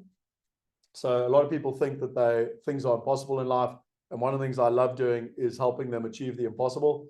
So yeah, if you want to know kind of who I am and what excites me, then that's it. Okay, so we pretty much are done in terms of wrapping up. I think I've explained enough about the mastermind, and just the action steps for today are: identify one specific risk in your current investments and outline how diversification can mitigate it. Name 3 things which you can do to find the right information and the right partners. Consider Wealth Going Global and the link for Wealth Going Global, and consider, you know, whether the mastermind is right for you, and you've got the link for the mastermind. And finally, share one key takeaway for it. So yeah, I would highly recommend that for those of you who want to and think that the mastermind is right. It's the thing, since we did buyers trips 10 years ago, buyers trips were one of the greatest gifts I was given. I met incredible people. The mastermind is, you know, the new digital equivalent, and I'm so truly blessed to be part of it. And then finally, as an action step under gold, is watch Judd Dunning and watch Bruce. I think you'll get a sense of, and again, if you do asset mastery, there's 15 of them, but you'll get a sense of the caliber of partners that we deal with. I remind you that we are here to build globally diversified passive income, to diversify across countries, currencies, assets, partners, and time. And I finish off with that final comment that you know I love so much. If you want to go fast, go alone. If you want to go far, go together.